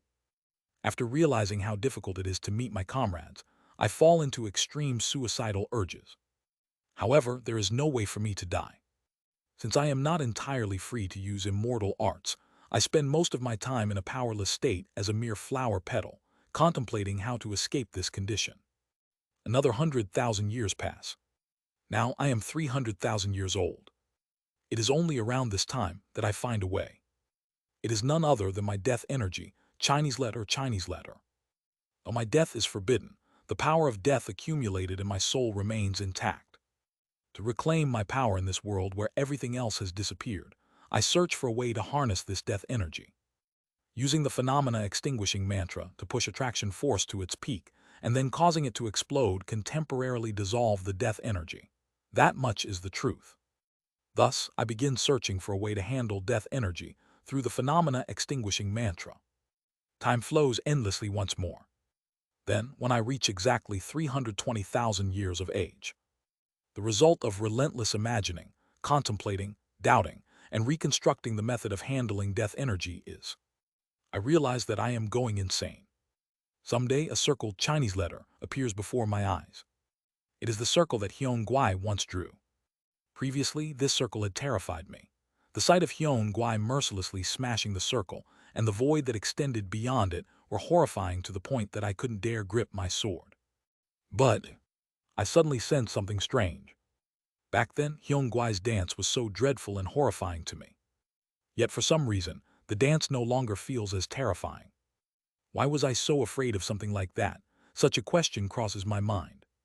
Henceforth, I begin to ponder the reason. I turn 330,000 years old. My sense of time seems to have started slipping at some point. It's been off for a while, but now it truly feels like I have transcended the era when I wore a human mask. Time no longer feels like a vague, endless flow. To be precise, time no longer scares me. No, I have become unafraid of something else. Is it because of the tens of thousands of years of forced secluded cultivation? I feel as if I have opened my eyes to something. What that something is, I cannot clearly discern. However, when void perception starts to resonate, I wonder whether it's perhaps related to what Hyun Guai had shown me. I endlessly reflect and reflect again on Hyun Guai's dance. How much time has passed? Ah yes, soon I will turn 400,000 years old. Nearly 200,000 years have passed. Blink. I blink my eyes. When I come to my senses, I find myself suddenly inside a body. And before my eyes stands a familiar being. I understand that this being has temporarily granted me a body. You've come to find me, Hyun Guai. It is the girl in black martial attire, Hyun Guai. She stands upside down in the cosmic space, her face expressionless and hollow as she meets my gaze. For what reason did you come to seek me out? Since it seems you've completed something interesting, I've come to give you a chance to demonstrate it. I'm still too ashamed to reveal it. Show it now. It is already nearly complete and all that remains is refinement. Even if you name it and use it right now, it won't bring shame. I want to clash with it myself. Kyugug. I can't help but laugh for some reason. Even you at the zenith of martial arts were a heart tribe all along. I merely sought you out because you seem most suitable for a rehearsal before facing Underworld. The oldest one has gone to the head realm. Do you think they will return? As I became the annihilation flower of the Sal tree Heavenly Venerable, I came to understand all of the plans of the Heavenly Venerables and governing immortals. Even the insane acts committed by the great mountain supreme deity. I understood what kind of war they waged and what they were truly planning. Thus, if Underworld does not exist in the end, her so-called rehearsal holds no meaning. However, at my words, Hyun Guai merely sneers at me. Do not worry, Underworld always returns. Pardon? You don't need to know. When the time comes, ask Underworld directly. Sururuk. Darkness gathers in her hand, coalescing into a sword. I watch her for a moment before silently summoning the colorless glass sword. The body I inhabit now is not my main body, but an incarnation created by Hyun Guai. Moreover, communication with my main body, which resides on the outskirts of the netherworld, remains severed. However, it seems Hyun Guai has used her power to allow me to at least summon my sword. For a brief moment, I stare at the sword. Then, as she said, I prepare the singular sword technique I have studied for hundreds of thousands of years. Can you hold the sword now? I can. Wu-wung. She casually draws a circle in the void with her sword. Unlike the last time when her dance drew a circle, this is merely a casual act of roughly tracing a circle in the void. Yet I feel as though I will be overwhelmed by her martial will emanating from that simple act. But that is all. I merely smile faintly and lift my sword. Hyun Guai smirks, letting her sword hang loosely. You've become decent. Now show me. After studying for hundreds of thousands of years, what is the answer you have attained? Chug. I take my stance. This is a single sword technique. Yet it transcends everything I have accumulated thus far. It is the simplest movement, known among countless swordsmen as a thrust. The colorless glass sword and the all-heaven sword merge. The two swords united as one become a line. The tip of that sword becomes a point. With this single point, I will execute a thrust. Hyung-Guai smiles gloomily. Her expression is impossible to interpret. A gaze imbued with emotions like welcoming, pity, sympathy, joy, pleasure, depression, and pain. Through tens of thousands of years of solitude and powerlessness, you have come to perceive that place. Sururuk. The sword of darkness begins to become one with her arm. That sword is no simple sword. Merely a form that resembles a sword, it is the semblance of martial arts. For some reason, she looks at me with a gaze that seems to be filled with genuine pity. Congratulations on glimpsing the domain of true despair. Now come at me. The next moment my sword, too, becomes dyed in darkness. No, everything about me is instantly dyed in darkness. I become death. A thought once crossed my mind. If I can compress death energy with the phenomena extinguishing mantra and then detonate it, can I not make use of it? As I pondered this, my thoughts suddenly shifted to Hyun Guai's martial art. While considering her circle and the use of death energy, I felt my consciousness touch upon a certain realm. It was death, beyond what the heavenly venerable of the underworld sealed away under the name of the cycle of rebirth, the domain of absolute annihilation. I witnessed the true death that resides there. Even the interdimensional void of the heavenly venerable of the void is merely a mimicry of this true death, a path to make it easier for living beings to approach true death. It is not true emptiness, Chinese letter. What is true emptiness, Chinese letter? What is true death? Death is purity, the primordial state of absolute nothingness, the absolute truth that applies equally to all things. Death is rest, and at the same time peace and great purity. And yet, it was only after 200,000 years of seclusion that I barely glimpsed that truth. I could not reach that place. However, I understand now. Only by reaching that purity can I shatter the heavenly venerable's prohibition and reclaim death. Then what must I do to reach that place? To reach that domain of purity, I compress everything. All of my life, Chinese letter. All of my death, Chinese letter. All of my heart, Chinese letter. All of my history and all of my future, everything. Into a single thrust. I pour everything to aim for the domain of purity. To reach true death. Through the domain of the underworld, domain of the source river, domain of the eastern heaven flower field, and domain of the interdimensional void.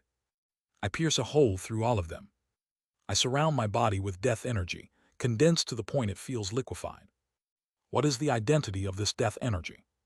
I have pondered this for a long time, and I finally understood. This death energy is precisely the traces of resistance against fate throughout my countless histories. The traces left behind by my resistance against the fate of death and my endless struggles against the pull of attraction force have crystallized into this death energy. The countless moments when I lost to attraction force. Those traces have accumulated to become my shackles. The marks of defeat have become my death energy, trying to once again bind me to the fate of death and forcefully pull me to defeat. But this time, I do not resist that attraction force of death. Instead, I accept it. I can feel the death energy dragging me towards death.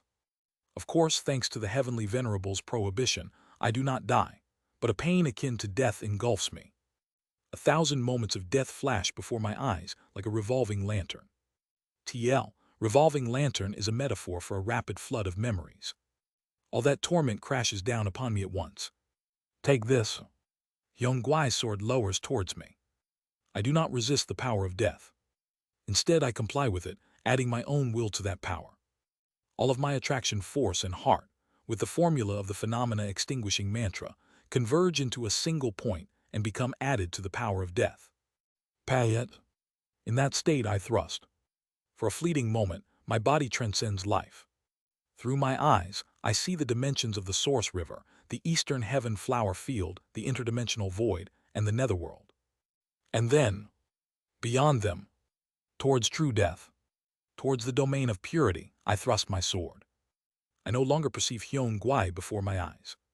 I simply thrust toward the ultimate of martial arts, severing mountain swordsmanship. 34th move. Complying with the entirety of my attraction force of death, compressing the entirety of my strength and adding on to it, all for a single thrust. Kunlun Chinese letter. I witness absolute purity. Though it is only through a hole smaller than a mere point, I behold that purity. Pazazek. The next moment my sword shatters, and my body is deeply slashed. My single technique is broken by Hyun Gwai's single strike. Smirk. However, Hyun Gwai smiles. In her right hand, a small hole has been pierced. Sloppy. She offers her critique. I simply smile silently in return. For the first time in hundreds of thousands of years, I am able to hold the sword again. That alone is enough. But it was worth seeing. Concluding her brief evaluation, she bursts her own heart on the spot and dies. I see. I understand her method of taking her own life so easily. It isn't suicide. It is merely abandoning the flesh and moving beyond. A method of drawing infinitely close to the domain of purity and transferring to another place. To her, death is not something to fear. It is merely a part of her martial arts. When I consider that the best I can manage is to create a pinpoint hole capable of glimpsing the domain of purity with all my strength, the gap between her and myself is despairingly vast. But I smile. Pazazek. The heavenly venerable's prohibition cannot stop me, who has momentarily transcended the domain of death. I regain all of my authority. At the same time, with every ounce of my willpower exhausted, I can feel my body and soul falling into that deep domain of the underworld. Ah, have they returned? I can feel it. Deep within the underworld, for some reason, I sense the presence of the oldest one. However, having exhausted everything in the recent clash with Hyun Gwai, I have no strength to resist. For reasons unknown, the oldest one does not seem particularly eager to pull me in. I am simply falling, sinking deeper into the domain of the underworld. I don't think Hyun Gwai will particularly help me. Is this how I become taxidermized? It's been a long and eventful journey. I close my eyes and fall deeper into the deep and deeper place, beyond the domain of the underworld. In the place where the sun and moon heavenly domain lies, for some reason, there now exist 3 additional middle realms that appear to have been torn apart and crushed like bugs.